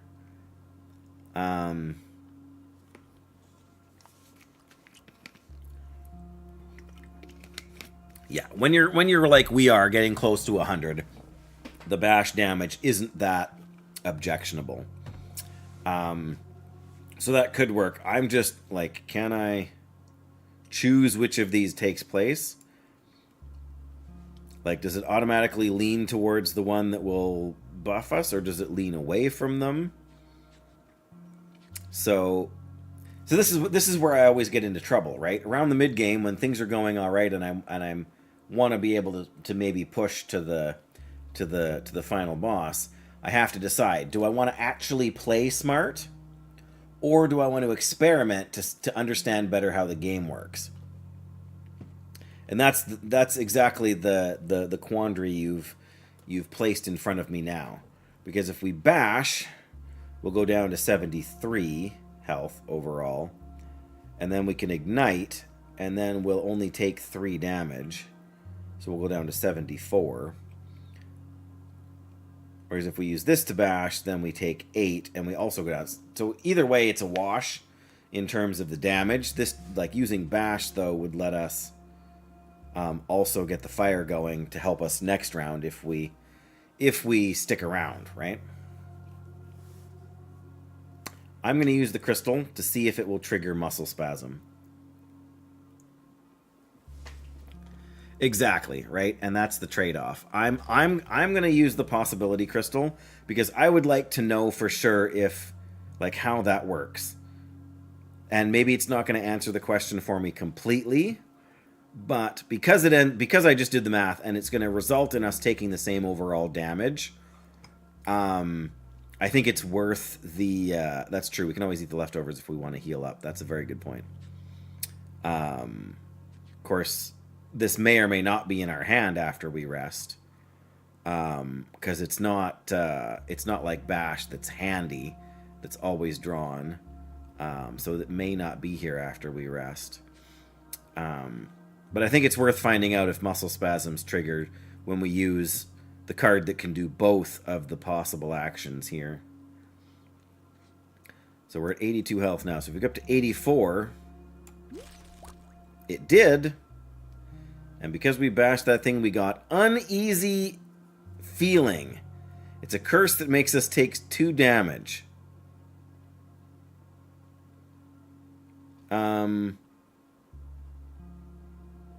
This card will be destroyed upon playing. What does the lightning bolt mean? Does it just trigger whenever? It only triggers when we play it. Why would I ever play this card?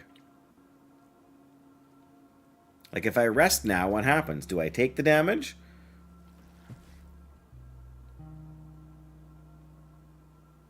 Anyway, this did trigger off of that, so...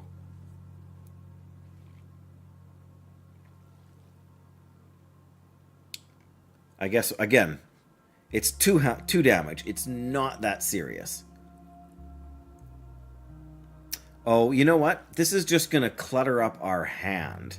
If we don't play it for the 2 damage, it's just going to show up and eat a card slot from now on, right? Like, if we go in here to look at the deck,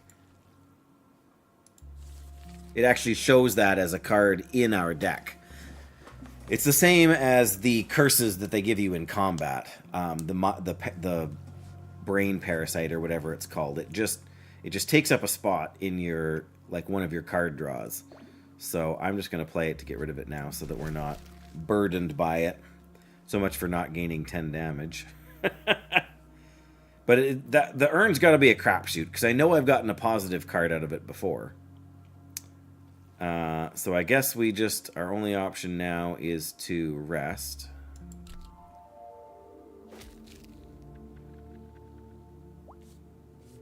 Oh, we did get leftovers again. It does draw.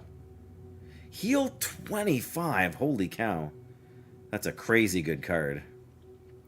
So we can actually just, like, if we wanted to, we could just camp out here, tank the 20 damage, and next turn play the leftovers card so that we don't have to, right? Like, because I've only got one card left in the draw pile here, so I can use the backpack to draw my one remaining card. So now, interesting thing is if I had two cards that trigger off of different actions, yeah. That's a very good question, and I would like to know the answer to that. Like, if we had...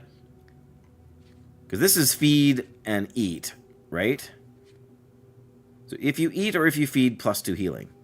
But if we had one that was if you break, and then if you had a card that would...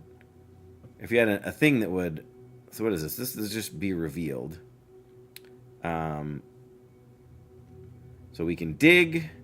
We can reveal, and then we can unlock with the tool, right? Or we could light, I suppose.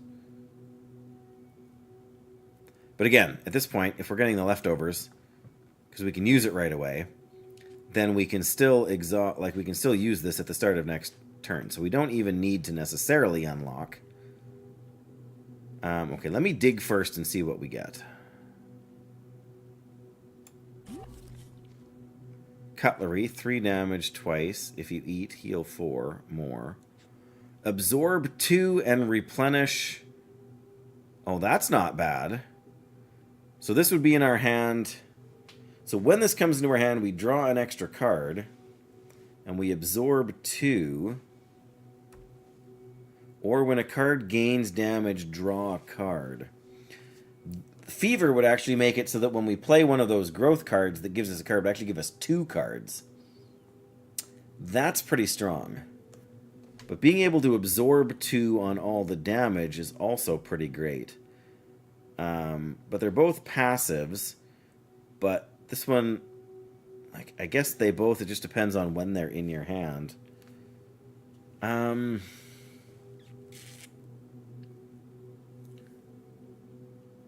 Do we want card draw or do we want damage absorption? That's a tricky call. I don't really want the cutlery. The bonus healing isn't terrible, but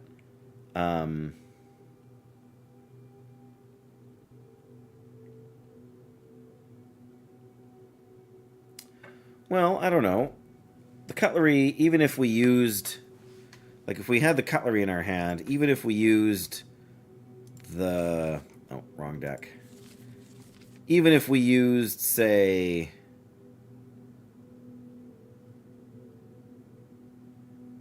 Oh, where's our cooked food?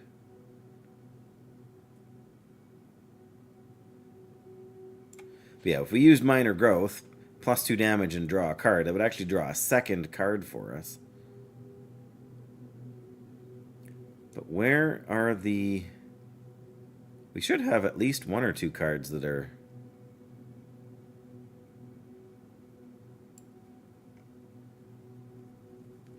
Maybe it doesn't show those cards for whatever reason. Like the soups that we were making in the soup pot aren't in here.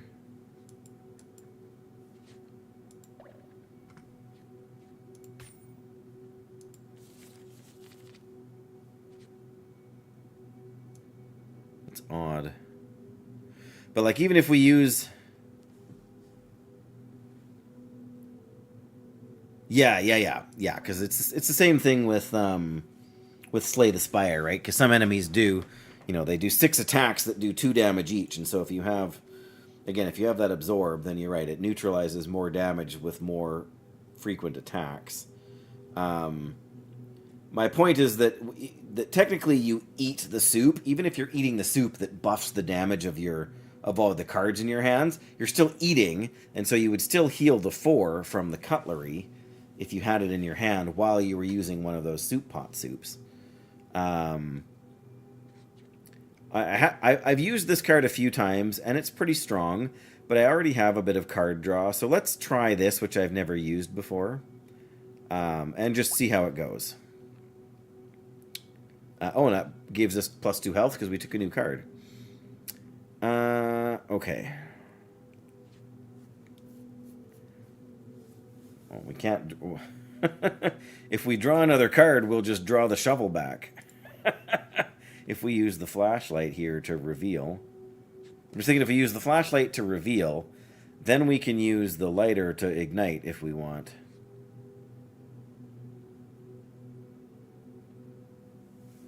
Right, yeah. The food is what triggers it, whether or not you eat as a benefit of it. Or gain health or anything. Yeah, for sure. Alright, let's try this and see. That's a big mushroom. We got the shovel back.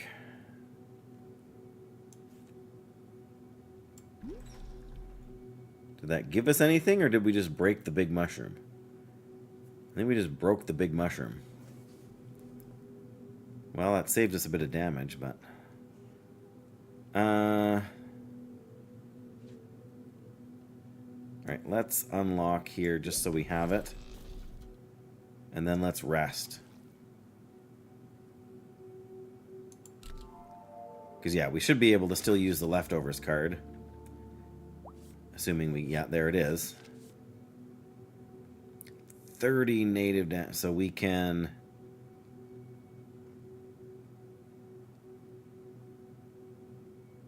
We can use the shovel to break the mushrooms, which should give us another mushroom thing that we can eat.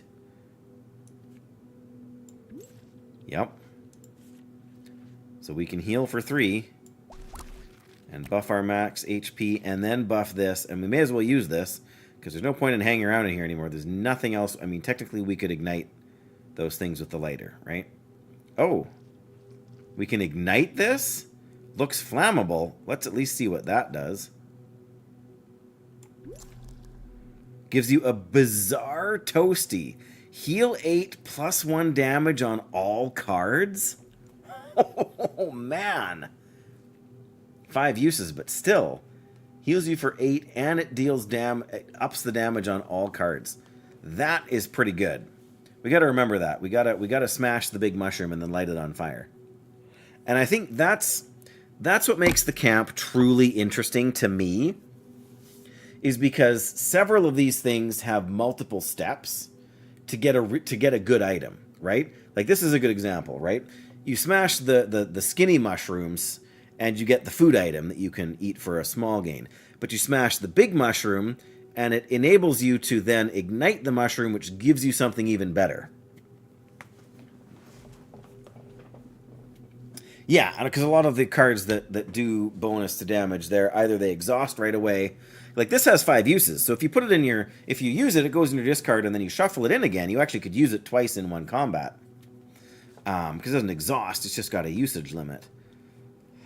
But yeah, just the fact that, because then you have to decide, like, oh, we smashed the mushroom. We know now that if we ignite it, we get this really good item. So is it worth taking 30 damage to get this item? Not really. But then is it worth igniting the things and you know, is it worth hanging around? And I don't even have a choice but to take this because of the foresight effect. But yeah, that's a good one. And honestly, yeah, we may as well use the leftovers now because it exhausts, but it doesn't, like, it's not consumed on use. So we're going to be healed up to full anyway, which also triggers armor scraps. That's amazing. We got 1 energy left and nothing to use it on. Oh well. Now we go to fight, and then we heal up again immediately after the fight. I think probably we could have. I just didn't have a card to do it with.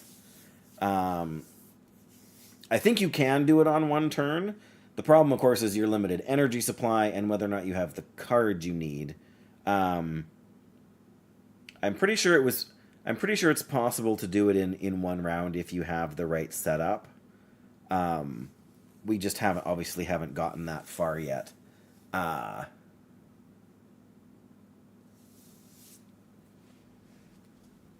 Whatever. And yeah, I didn't mouse over it at the time to see because I was expecting something immediately, which I should have known better. But here we are.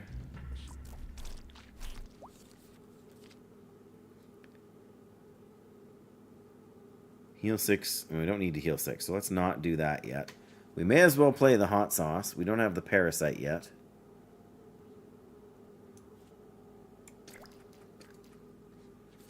We can play both of these. We'll hang on to the soup for another turn, I guess. Nuts. We can't execute anything with this. It's 1 damage shy.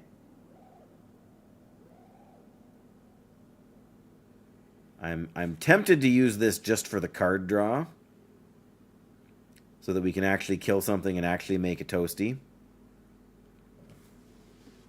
It didn't help that the mushroom was hiding behind the campfire, or I think it was the campfire, not the cauldron.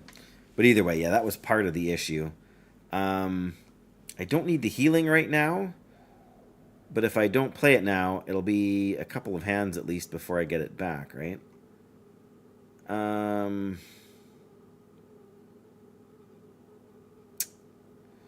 not super concerned about taking lots of damage here. Oh, this draws 2 cards if we play it. If it's fatal, which it will be unless we use it on the big guy. Oh, this guy's got built-in spell weakness. I forgot about that. But regenerates 4 health at the start of a turn. That's funny. Alright, let's execute this thing. And then maybe we'll get something that we can use to help with that. I don't know. Oh, yeah, see there we got the minor growth. We don't need the draw from it, but I would very much like to buff this thing here. Of course, now we can't play anything. We got the other minor growth. Trying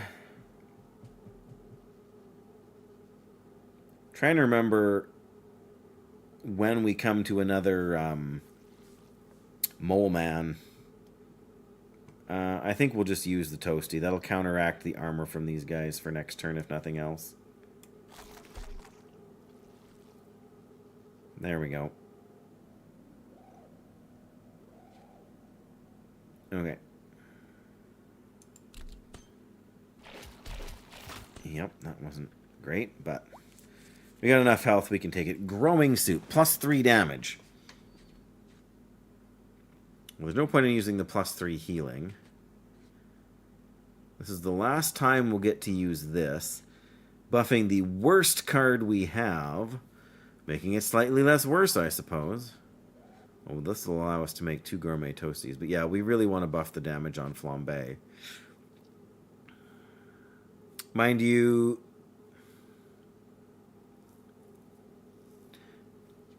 you know what? I'm just going to use stub and flambe. I'm not going to use the growing soup. We've got 1 use left, and I want to use it on, if possible, I want to use it when we have the vicarious mace out. So,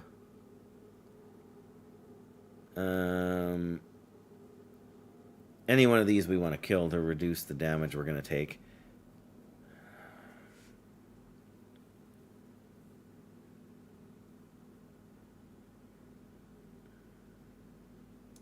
Let's just clear out this side.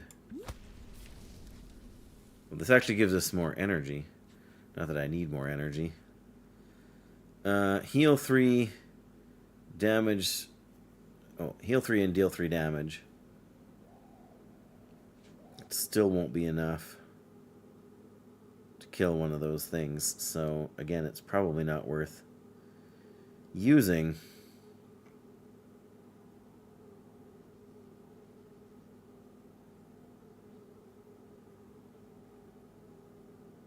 don't know what difference it makes. I don't know which one's going to deal more damage. Oh, we're going to get a horn wart. Yuck. Alright, well, here's 14 more damage for us. Yay.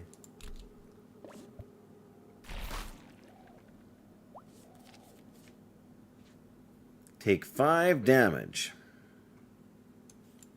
Fine. We do have the healing pool up here next, so we got to keep that in mind. Absorb 2. So yeah, so let's make so this guy only does 2 damage to us this next round. Add 1 vulnerable, deal 8 damage to all. So that will kill this one, which is good, because we really don't want inspiration. Of course, I really don't want... Well, whatever, that's kind of neither here nor there. But this guy can't...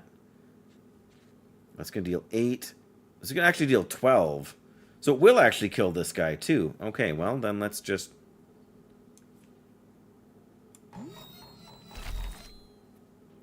Why not, right? And I guess we'll just stab, because this will stay. We're not going to take 2 damage. We're not going to take any damage this round anyway, but that's okay. Does the absorb... This is something you may know the answer to, Graphic, having played a lot more. Does the absorb... So, like, if this guy had the lightning bolt, that it deals retaliation damage when you attack it. Is that retaliation damage reduced by...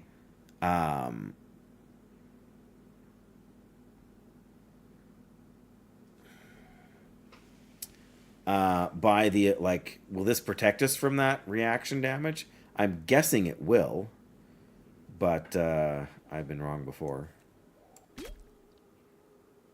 Anyway, again, there's not much really I can do. I guess we got 2 of these, but we'll save them for a more opportune time. Fiery Soup. Deals 7 damage to all if fatal, make a to... Oh, see, he's going to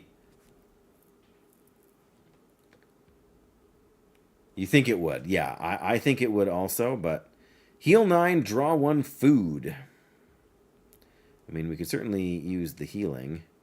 Got 90 uses. Even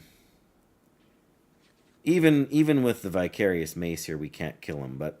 At this point, I don't really want to kill him. What I want is to have some enemies to use the Fiery Soup on. I'm going to use this. The Bizarre Toasty. +1 damage on all cards. There we go. We're going to use this Toasty. We could use the health. It'll buff that, which will also buff this, which may buff this a second time. So we could get as much as 5 extra damage on this card with 1 Bizarre Toasty. I'm pretty sure that's the way it will work, because if you buff Vicarious Mace, it gets the +2. So if you buff this and Vicarious Buff Mace, it might also buff the Fiery Soup, but I wouldn't hold my breath. But let's find out if it goes up to 8 damage for the Fiery Soup. It does buff the Fiery Soup. But it didn't trigger twice on here. We got the 1 from the Bizarre Toasty, we got the 1 from buffing Fruiting Limb, and we got the 1 from buffing Vicarious, or the 2 from buffing Vicarious Mace. That's true, I suppose we could.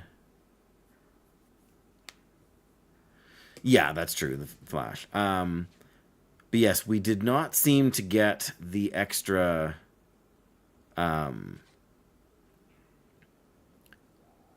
we did not seem to get the extra damage from having buffed the Fiery Soup. Maybe because it's not a weapon. Although it doesn't say when a weapon gains damage. It says when a card gains damage. So we should have gotten 2 more damage on Vicarious Mace, in my opinion. According to the wording.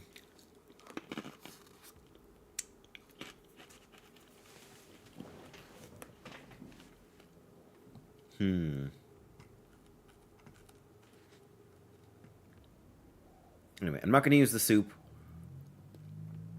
I guess, like, the Fruiting Limb's going to cycle back through our hand if I don't use it. Or even if I do use it. So I may as well use it.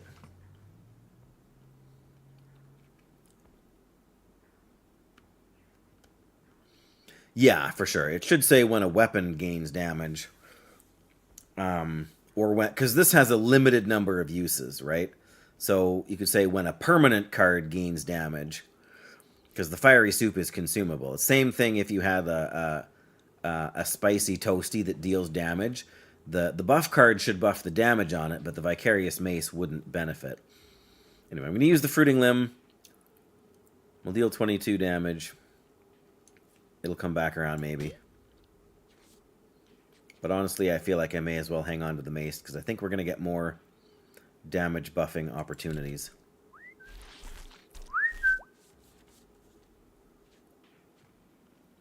Deal 3 damage. Ooh, deal 4 damage and exhaust. Right. So we can play this on the Scavenger Blade or on the Toasty, I guess. Oh, okay, hang on. We play Loving Parasite on this little guy.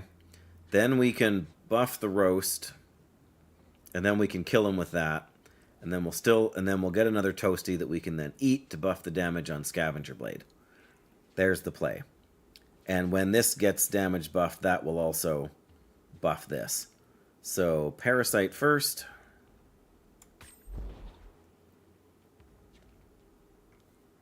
Well, I suppose if we'd put it on... Well, I was going to say, if we put it on here, we could have maybe killed that guy instead, but...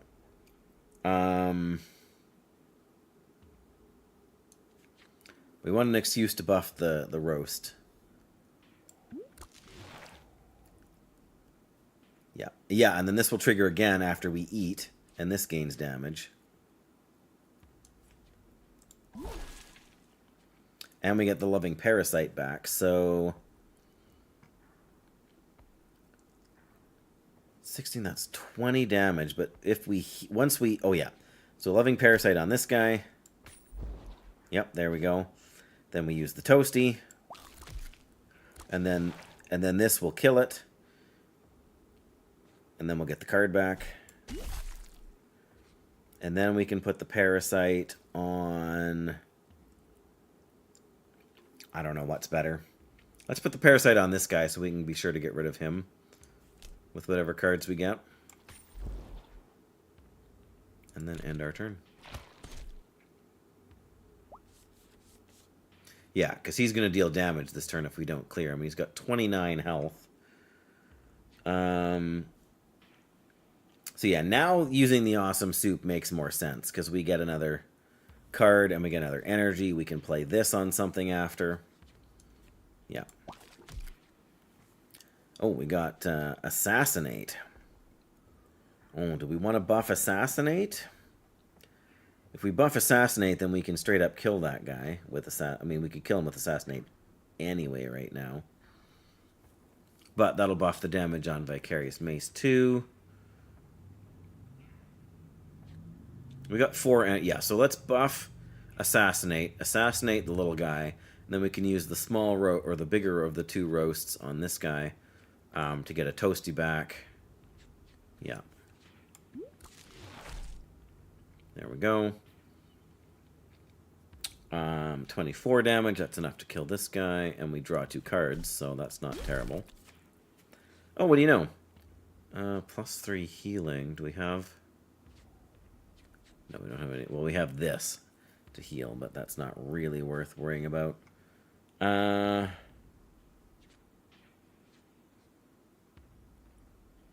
Okay, let's Parasite this guy. Then he'll take the bonus damage when we roast this guy. Honestly, though, I don't think we need to eat. Just because we're gonna... Like, once this guy's dead, we get the Healing Fountain anyway. So I think we're fine. I think we'll just wait and see what happens and hang on to some food under the theory that we should be coming to a shop at some point.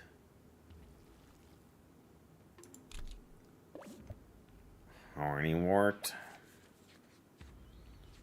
Take 5 damage. Womp womp. +3 damage on all cards. Well, that would buff Vicarious Mace, which is what we were shooting for, right?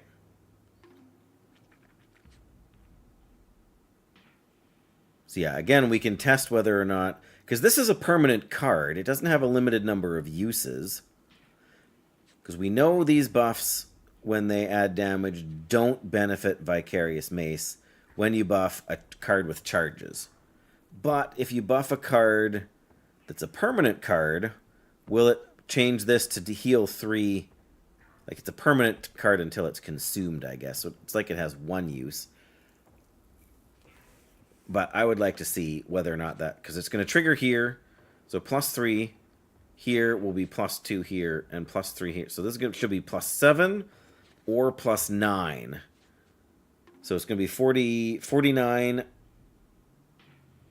or 51, depending on whether or not this triggers Vicarious Mace again, which I don't think it will, but at least it's a 40. It's going to be a 40-something or a 50-something, depending on whether or not it triggers this. And I'm just assuming that this is going to buff this as well. It may not, but I'll bet it does. Yeah, see, this only triggered twice. But this did take the damage, or get the increase to damage, so that's not shabby. It's going to gain more moss. Should I just kill him?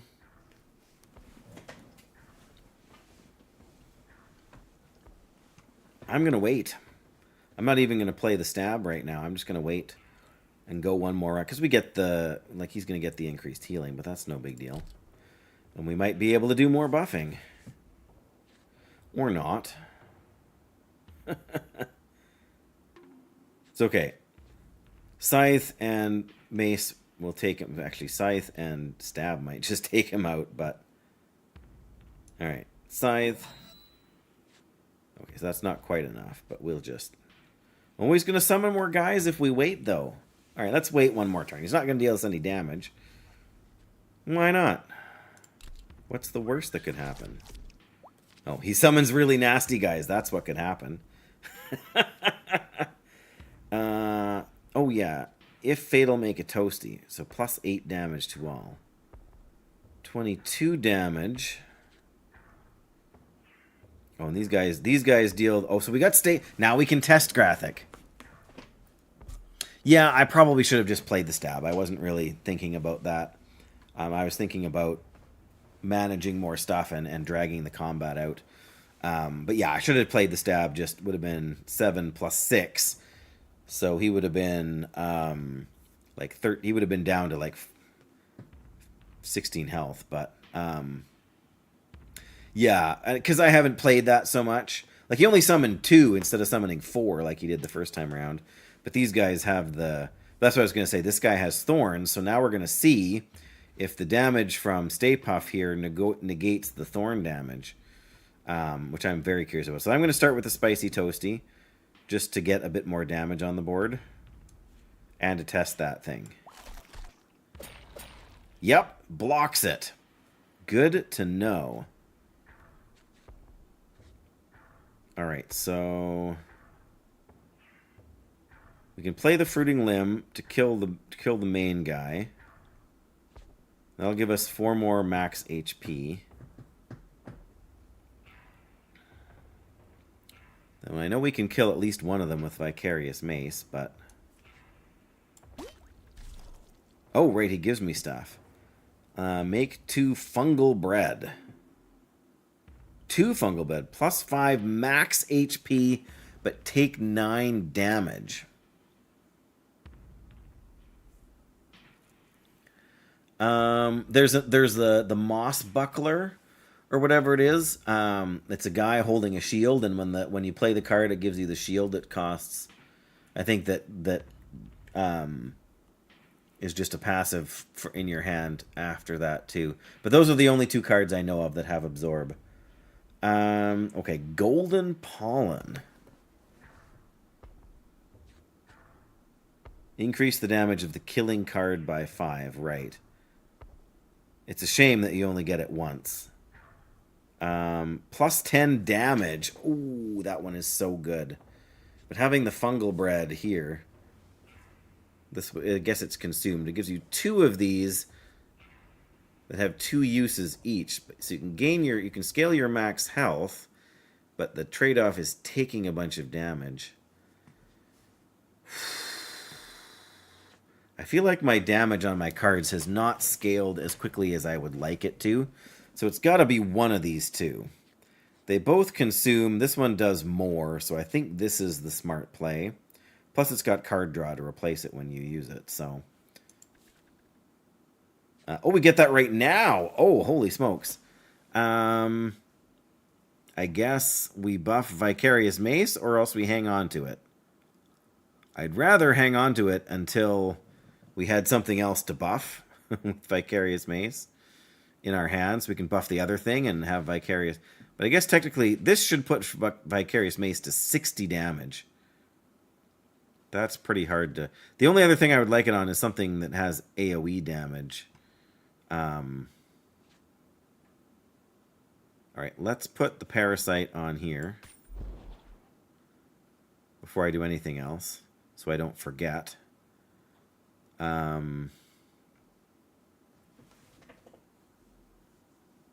Yeah, that would be really nice.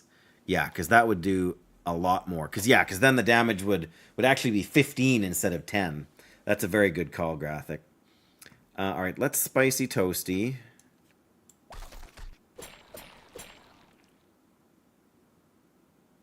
Why did that hit us 3 times? Because this...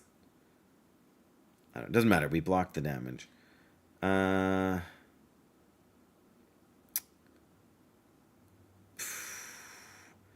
Nothing we do is going to kill any of these guys this turn. I guess that's not true. If we flashed 150% more, that would take that to 16 to 20 damage, which means it would kill this. But I don't really see the urgency. Yeah, but there's only 25 cards in my deck. It's not like there's that many. I think we'll be able to... I'm seriously considering taking the 7 damage here and not doing anything. Oh, right. Okay, yes. That's right. The Parasite did damage, so then it got attacked again, so it retaliated again. Yep.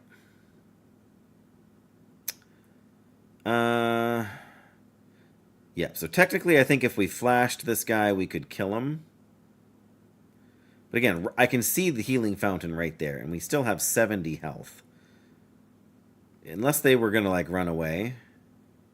Yeah, I'm sure you're right, Graphic, because I've seen that happen before, and I figured it out on my own before. I just wasn't... I had forgotten that I had put the Parasite on him. And because this has limited uses, and this has limited uses, I'm just gonna... And it'll only deal 5 damage because we've got the... health, right? So, whoo-wee. Heal 9, draw 1 food. Oh, heal 8. Plus 1 damage on all cards. So it'll buff that, and this, and this. So this should get 2, 4, 6, 7 more damage. It should go up to 45 if we play this food.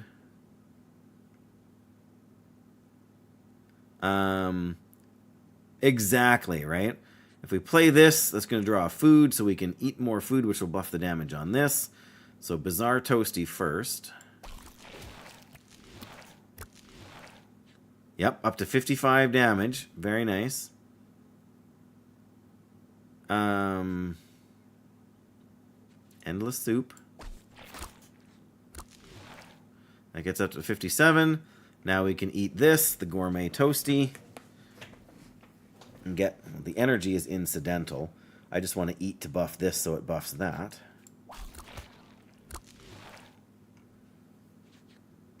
Oh, now we can play the Roast to kill that guy. And that will give me another Toasty that I can then consume. Oh. We get the Parasite back too. Not that that really matters.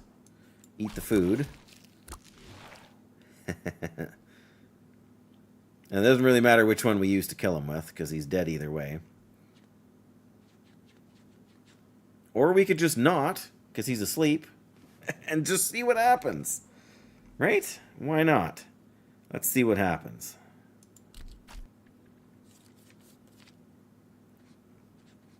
Deal 12 damage and make a Toasty. 3, 5, 6, 7. That won't. I don't think that will deal enough.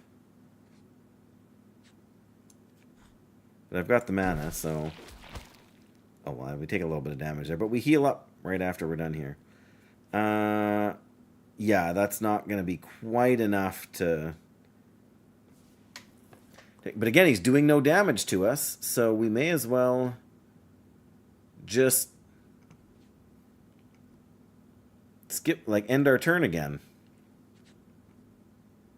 Honestly. We'll keep that so we can end the fight at any time. Yeah, but this will do 12 plus the 4 is 16, which is 1 shy of killing it. Yeah, but I don't have to kill him now because he's not doing any damage. And I can kill him with the Vicarious Mace next turn no matter what. So I may as well see if I can spawn another synergy. See, here we go. Flambe. If Fate'll make 2 more toasties. So that was worth waiting around for. Because now we get 2 more gourmet toasties. Flambe. Oh, man, okay. Go-to snack. Feed or heal 3, draw a card. Ooh, that's good for 0. And it's handy, so it comes up every turn. And exhaust, but that's fine. Heal A. Okay, we're not taking that because we don't want to lose our max HP. Or Mutant Smash. Yeah, the two energy camp cards I'm not a big fan of in general. Yeah, getting the gourmet toasties was better than getting the regular ones, but I can see your point. Like, we could have done it. If he'd been able to do more damage to me or whatever, it might have been worth killing him faster. But since he wasn't doing any damage, and even if he was with the healing pool coming up, take 5 damage and plus 5 so you break and take damage and gain max HP, but it takes 2. I think the food is better. The feed lets us summon the cooking pot, or we can use it to heal and draw a card, and it should buff the other food item we get. That's a good one. We're going to go get 12 bonus health from walking through the pool. Very nice. And what do we got? We got leftovers. We got the go-to snack. I think we have to feed this guy twice.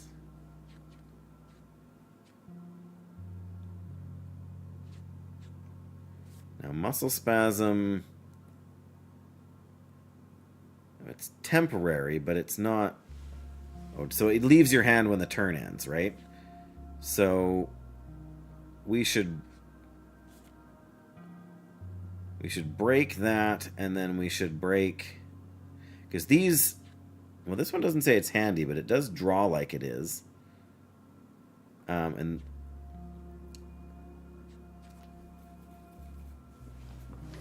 so let's smash the mushrooms here. So we get this. Now I'll think about what I want to do with that. But we can use the tool to fix the coffee maker. And that'll trigger muscle spasm, because if you break or if you fix. Plus we got the coffee. So we can draw a card and gain some energy. Right. Yeah, and that's why I didn't want to lower his health any lower than it already was. Like, that's why I didn't just play the attack and leave him at, like, 6 health. Because I didn't want to have a really great card combo, play 2 of the 3 cards in the great card combo, and have him die before I was able to finish the combo to buff everything. So, yeah, that's the main reason I didn't do that attack when I did. So, yeah, when we eat, so using this will count as eating, so that'll buff our leftovers.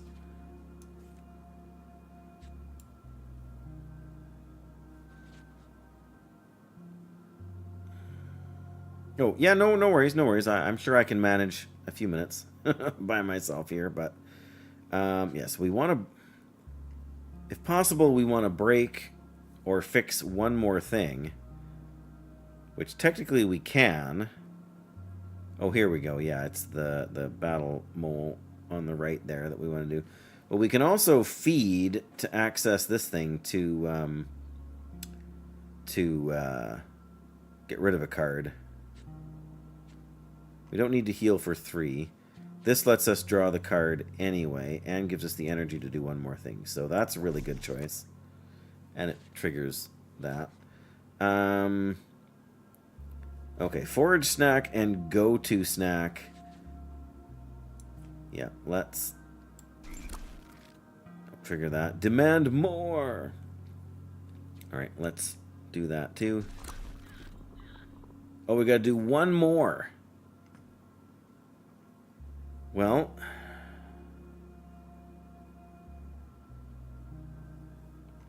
do we have any other food cards in our hand? No. And I think all the food cards we've used are... That's exhausted. That's exhausted. Yeah, we may not actually have enough cards to trigger the frog. I was hoping to do that. I mean, we can trigger the frog with the leftovers, and I don't really need the healing from it. Yeah, technically we can use Bash to break, but we got the energy.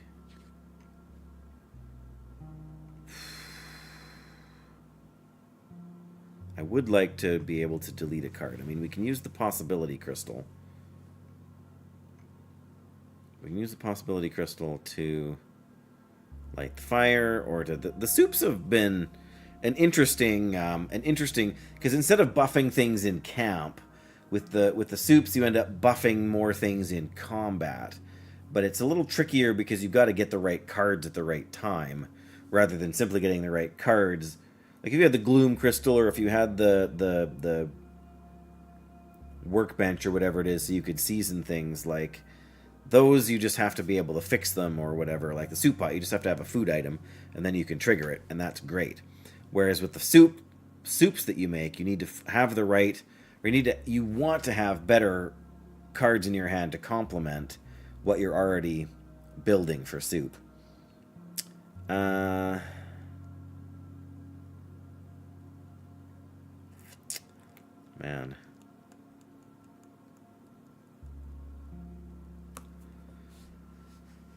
Yeah, we're not going to get any more food than we'll get from left, unless we got food from here, but...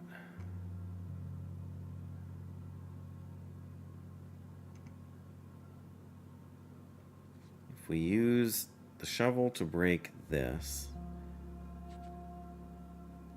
we can use the food for that, and then the leftovers would still be there to heal up at the end of combat before we... or at the end of camp before we leave. And if we're here for the next round, there's a decent chance we get the shovel and can use the dig anyway. So let's break. That's the door we want regardless. So now we got +2 health. And then...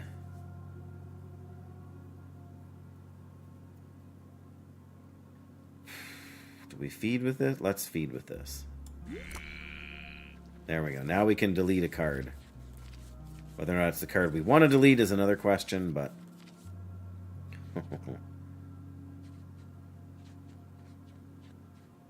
6 damage or 7 damage. Roast for 8. Roast for 3. That's the one I want to get rid of, I think. Because we already got rid of the other stab. So getting rid of roast for 3 is the smart play. Everything else, I think, is pretty useful. I mean, these aren't amazing either, but the chances of us doing 3 damage to make it toasty is pretty slim. The other ones do double the damage or better, so yeah.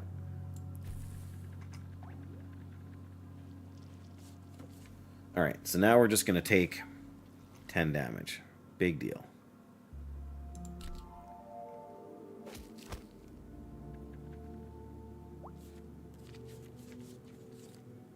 Okay, well,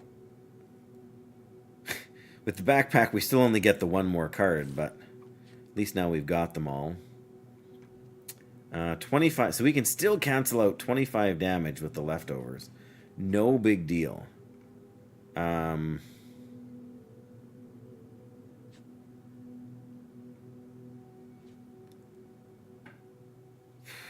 Okay, let's...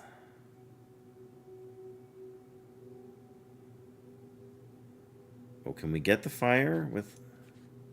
We can get the fire without having to roast those guys. But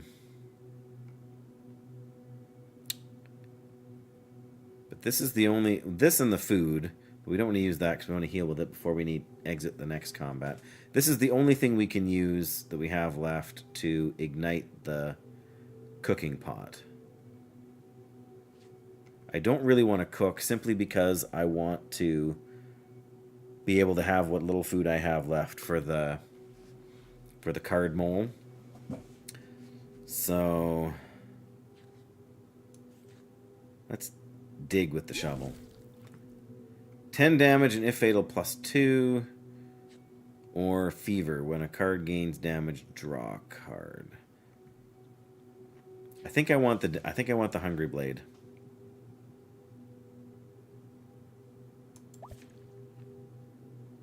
Which buffs our maximum health. So we now have 100 maximum health. We got 2 energy left.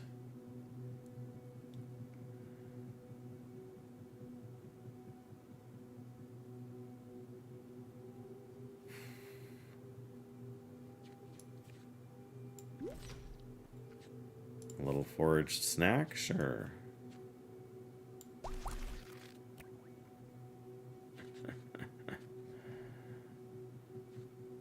We can tank so much damage, it's crazy.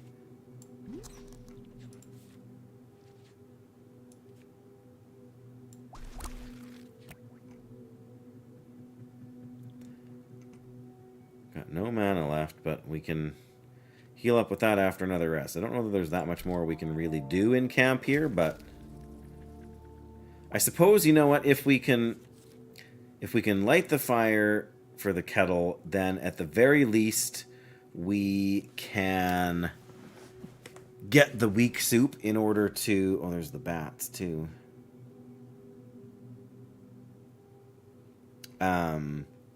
Yeah, then we can...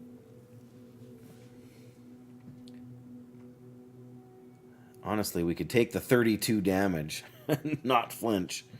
Because we can heal it all back and then some. Yeah, let's at least take the soup. Because then we can at least get the watery soup. We got more of these than I thought.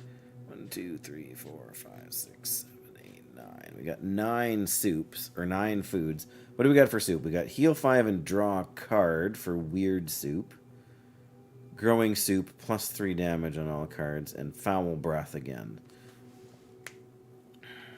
I mean, watery soup is just an easy one to throw into the mole, right? But we'd have to trade one of these toasty or regular spicy toasty or whatever to get the heal and draw card soup. I think we're just going to take the watery soup for buying more stuff. And there's no way we can do anything else except eat or stay, right? Let's do... Well, that's not true. We can break the bats. Whatever good that's worth. Right?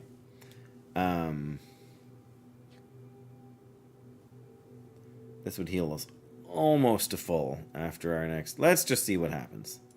I've never rested this many times in a row before. 45. Holy smokes. Okay.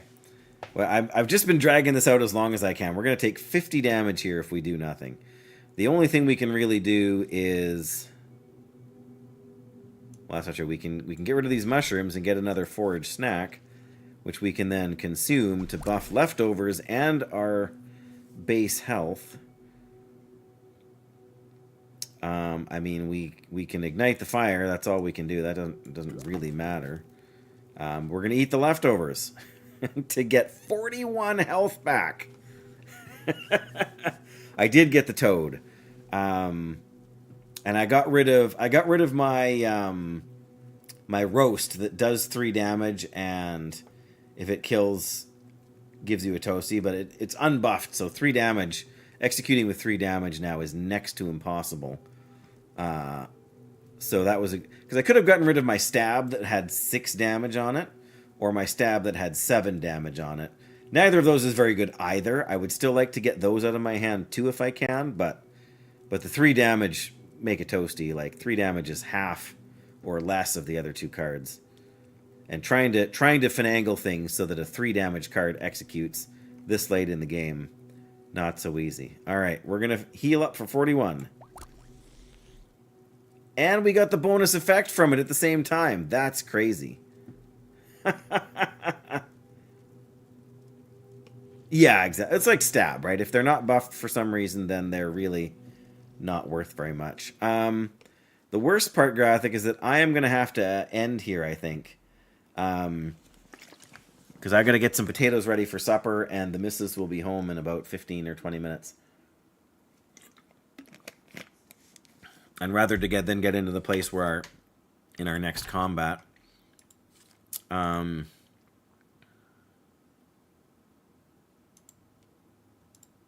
on. There we go. All right. Yeah, it is getting late for me. I don't normally go this late even when things are good. Last time I realized I ended the stream without even checking to see if there was anybody to raid. So let's check that really quick. Winky is still playing hardcore Minecraft. The guy just never knows when to quit. We have a whopping 3 viewers to Winky's 64. But of all the people playing, well, I guess we can check and see if anybody's playing in this category. Yeah, I mean, it is a good game. I think there's room for more refinement. I think some of the things you said about having like a combat log or something would be really helpful for learning purposes. But there's something to be said for sitting down and trying to struggle out, like, how can we test this? And this run is not going nearly so well as the previous run I did. But part of that is because I have been making those let's learn decisions rather than let's try to get to the final battle sort of thing. And that has its own sort of satisfaction to it, I think. But yeah, we can check and see if there's anybody else who is playing the same game. How do we do that?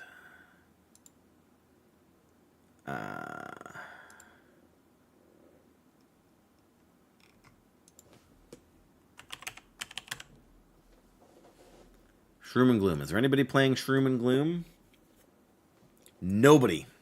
I'm the only one playing it, Graphic. There's something wrong with people. This is a good game.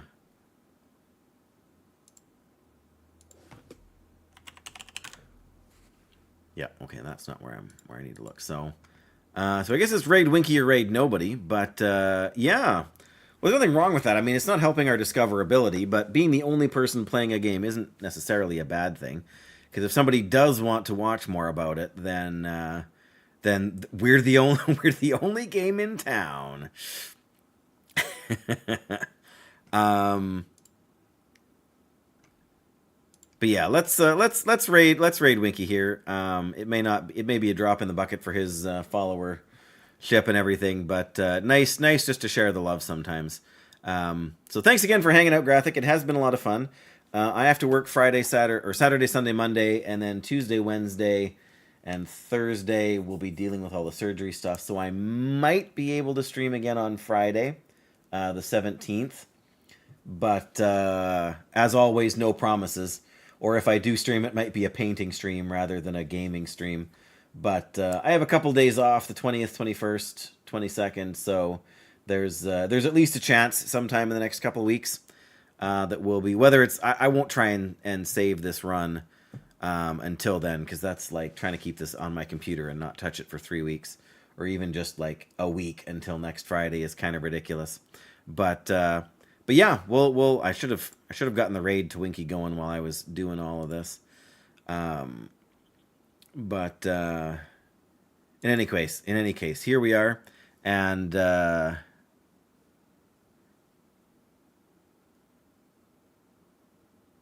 sorry, I can't quite see what your. I got to bring up my other window to viewer incentives for the painting stream. Well, when you're doing primer, there's not a lot of paint options. You can donate 5 subs, and you can pick which shade of white we use for the primer. But who knows? We'll see about something along those lines. But again, appreciate so much having you here. Why is my volume control thing not present? There it is. Because I need to mute the browser from the stream before we actually start the raid. But yes.